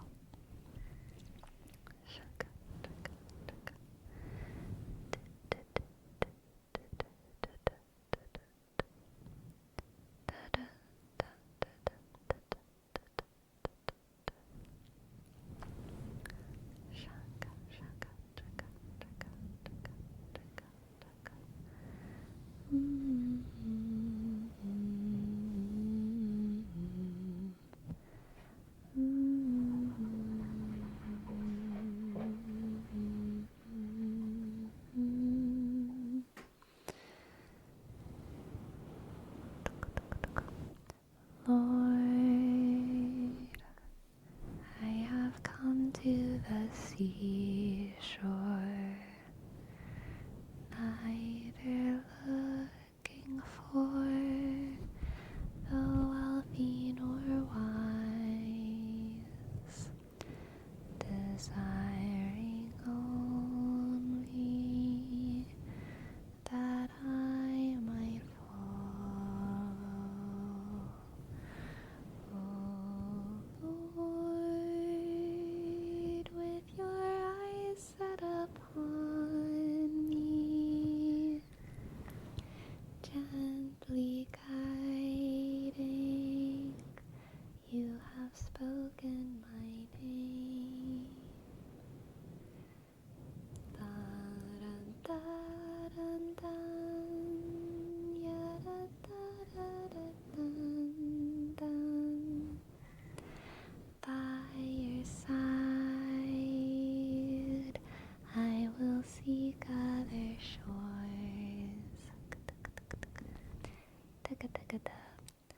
Yes, Pearl, I'd love to give you a reading. Let's see what the cards have for Pearl, Pearl, Pearl, Pearl. Pearl, Pearl, Pearl. Pearl,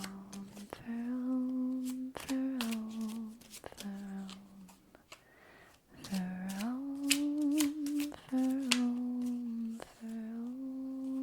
Pearl. Pearl, Pearl, we have the Queen of Swords.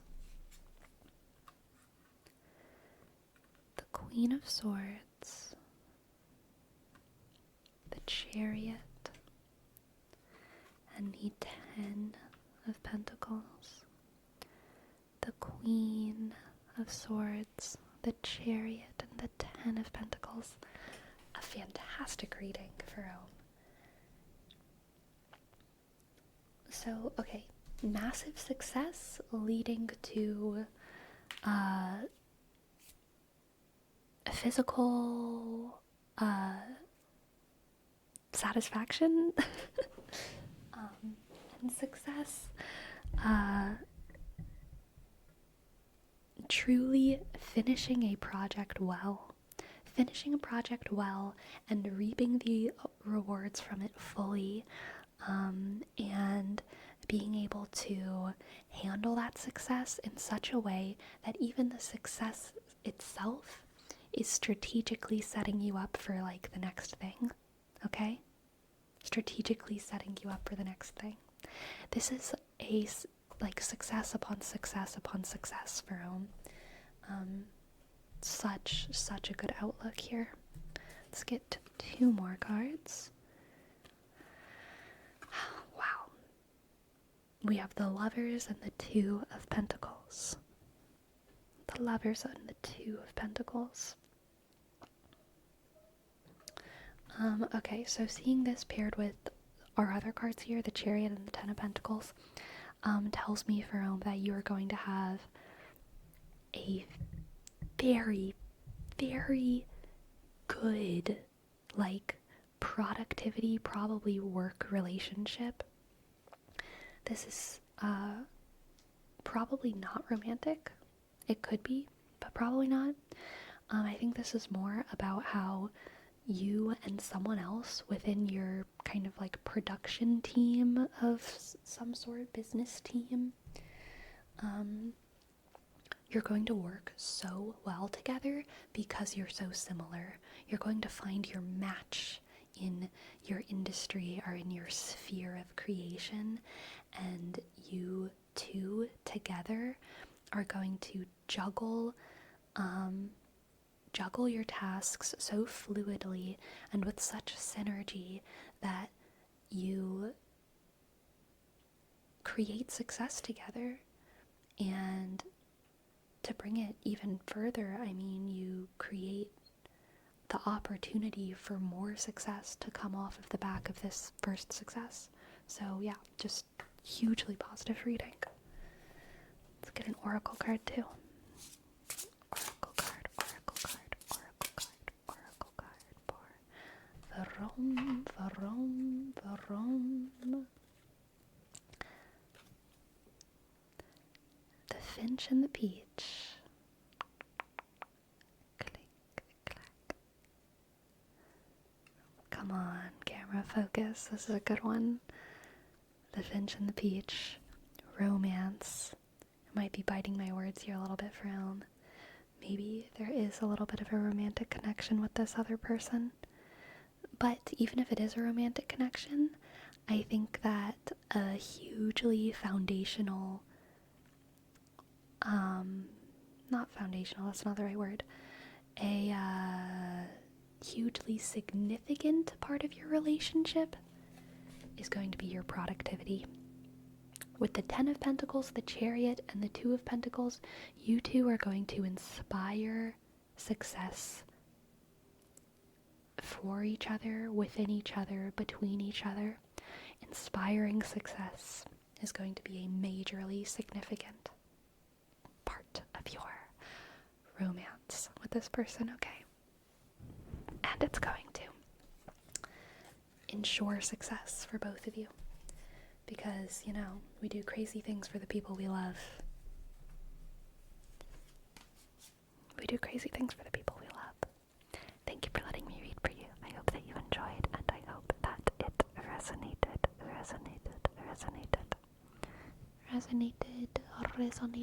Alright. Let's do a name trace for Christopher. CHRI ST click OP H E R underscore 0 0 8.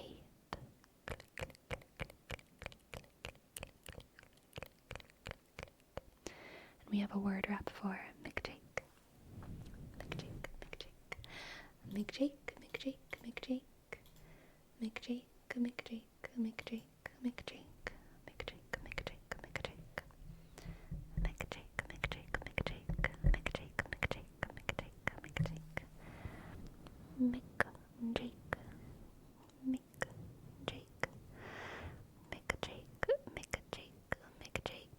Yes, you called. Yep, I did McJake. Just wanted to see if you were here. Just wanted to see if you were focusing and paying attention. You know how it is. McJake.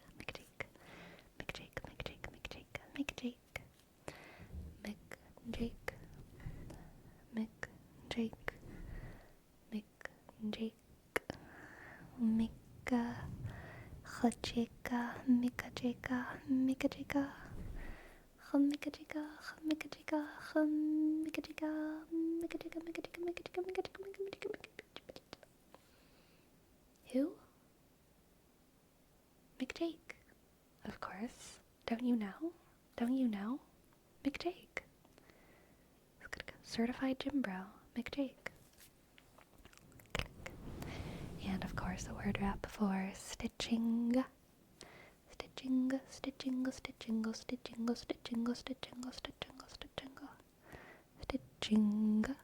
stitch, stitch, stitch, stitch, stitch, stitch, stitch. In and out and in and out and in and out we stitch. In and out and in and out we are stitching, stitching, stitching, stitching, stitching in, stitching, stitching out. Over and under, over and under. It could be a basket weave. It could be a blanket stitch. Who's to say? We are stitching, stitching, stitching, stitching, click, click, click.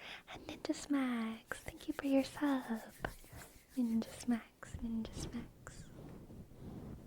Ninja Smacks, Ninja Smacks. Thank you so much. Thank you, thank you, thank you. And I dot and click trace. A S M click A C K shk shk S. Thank you, thank you, thank you, thank you, thank you. Thank you, Ninja Smacks. Thank you for your sub. And also hello Kaylee B. Hello Kaylee B. And also Scythe Fantasy Break. Hello, hello, hello, hello. Hello, hello, hello. Shuk, shuk. And for Quakets we have a word up for did you pray today? Did you pray today? Did you pray today? Did you pray today? Did you pray for the sneeze to get out of your nose? Did you pray for the sneeze to get out of your nose? Did you pray today? I've been praying for the sneeze to get out of my nose. Oh, if this sneeze miraculously leaves me, it will be a filmed miracle that the Vatican should absolutely approve because it was on camera. Chrissy, what the heck? Thank you. Thank you. Thank you, thank you, thank you, thank you. C-H, click, R-sk, I dot, C, I dot, 0, click, 2, underscore. Thank you, Chrissy, for gifting 1, 2, 3, 4, 5 subs. Thank you. Lots of love. Thanks. Hug, hug, hug, hug, hug, hug, hug. I may be atheist, but I will pray for the sneeze to leave your nose. Thank you, Ace. I appreciate it. I appreciate it. I appreciate it. Look into your ring light.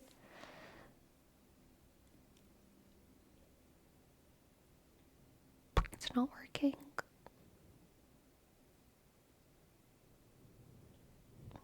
It's not working.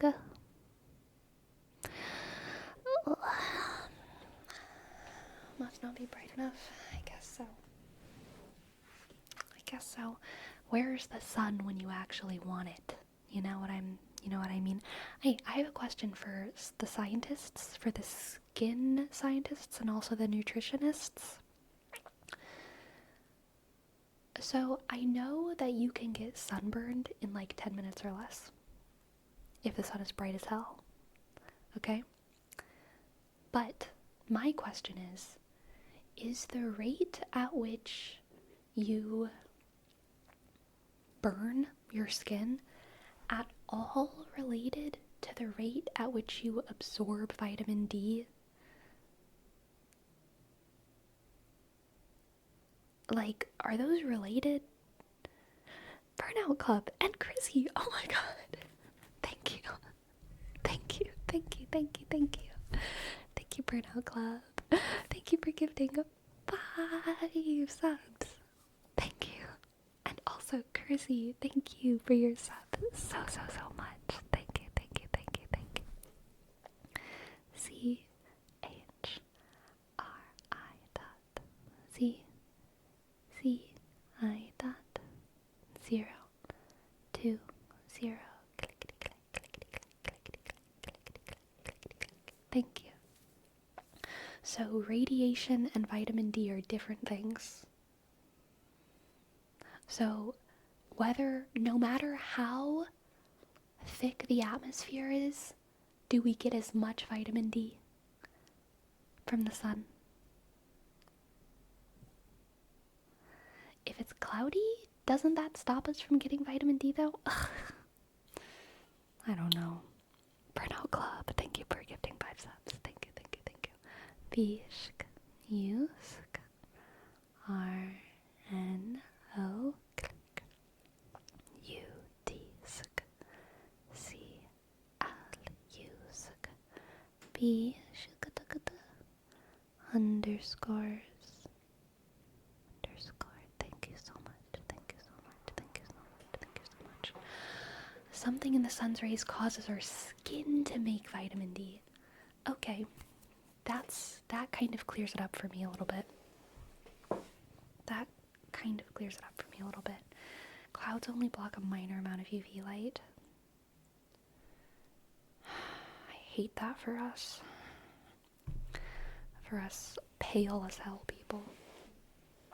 Vitamin D is synthesized. I don't think it's like made from the heat of the UV or the sun. Okay, so vitamin D is synthesized whenever our skin gets hit by the sun. Interesting.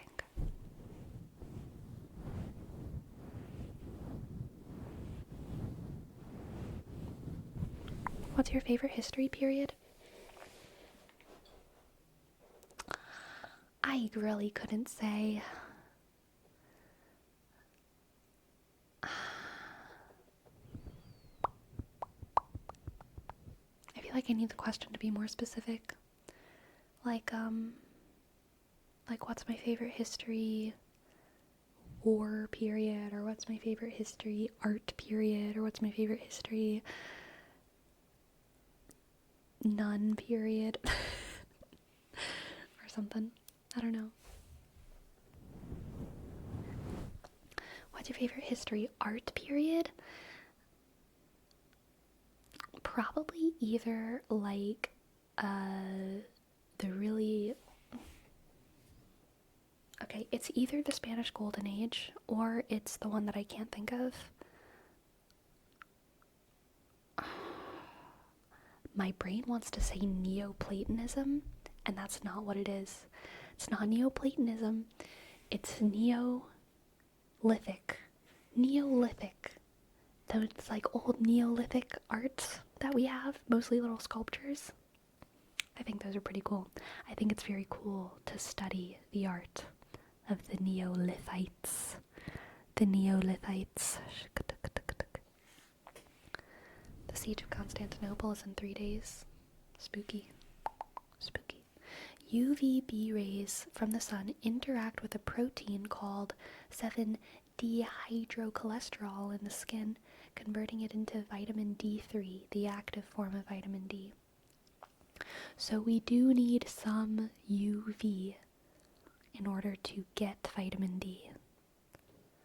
There's some amount of it's specifically UV radiation that gives us vitamin D, but a very tiny amount, I would assume.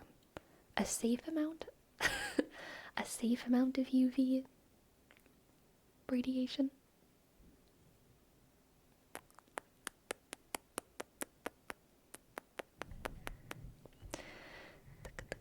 You need the vitamin, but you can get it from supplements. That's true. That is true. You can.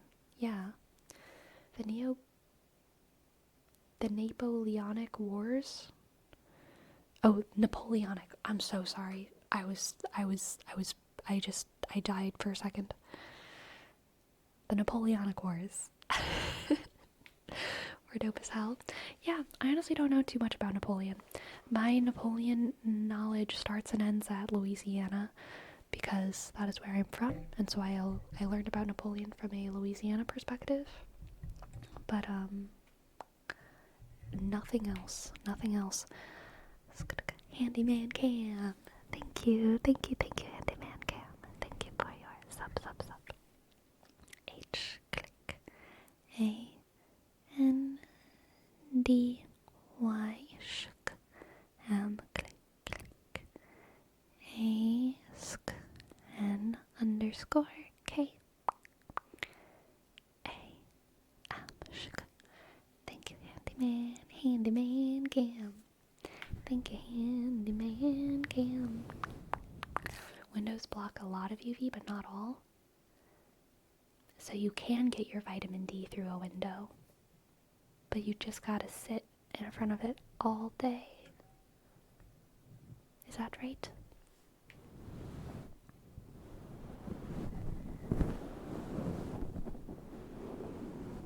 Pretty much like a cat. I guess that is how indoor cats get their vitamin D, huh? You can also get sunburned through windows. I do know that. I have had that. That has happened to me. It's happened on road trips, specifically. Sounds like a bad idea, though, sitting out in the sun for a long time. No, what could go wrong? What could go wrong? Wolfie TV, thank you for your prime. Thank you. Thank you. W, shk, osk, l, epsk, I dot, e, underscore, tsk, b. Thank you, Wolfie. Thank you, Wolfie. Thank you, Wolfie. Thank you, Wolfie. Shk. Alright. Can you get vitamin D from those little nail lamps that cure gel nails? Good question, Ogden. Good question. But yes, Jose, it is time to name the stream. We talked a lot about communication in dating. I know we talked about that for quite a bit at the beginning. And then after that, I completely lose my memory. What did we talk about?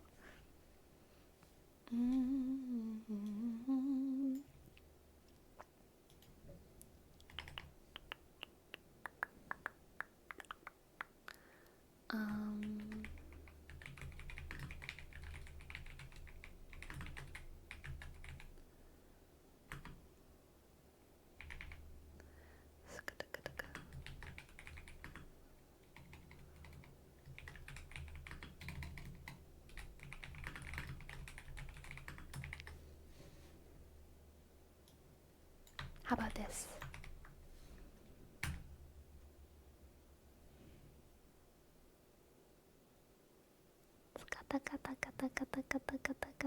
Y303. It's like a class code for like college classes. Yeah, 300s level course. 300s level course.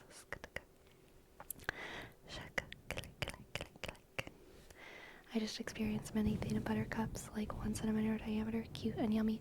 Dude, Nereus, they made vegan, like Reese's, which I guess some people say Reese's. Don't come at me. I don't care. I don't care. I don't care. I say Reese's. I don't care. Reese's Peanut Butter Cup Company made vegan. Made vegan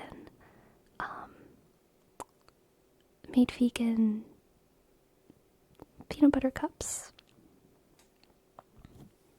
And apparently they're really good, but they're like $1 million or something, so like no one wants to buy them.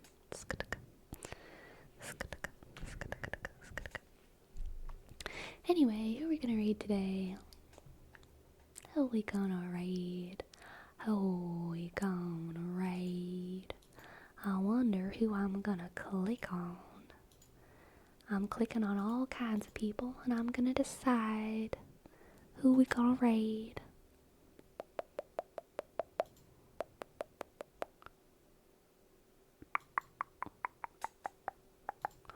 We're gonna raid.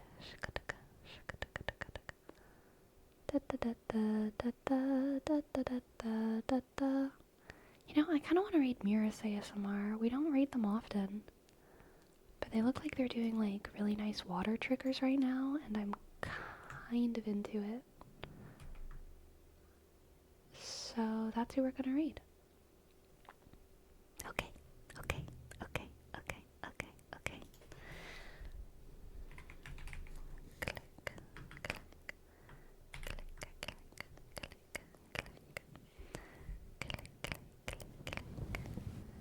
I'm very grateful that you all spent this lovely tingly time with me.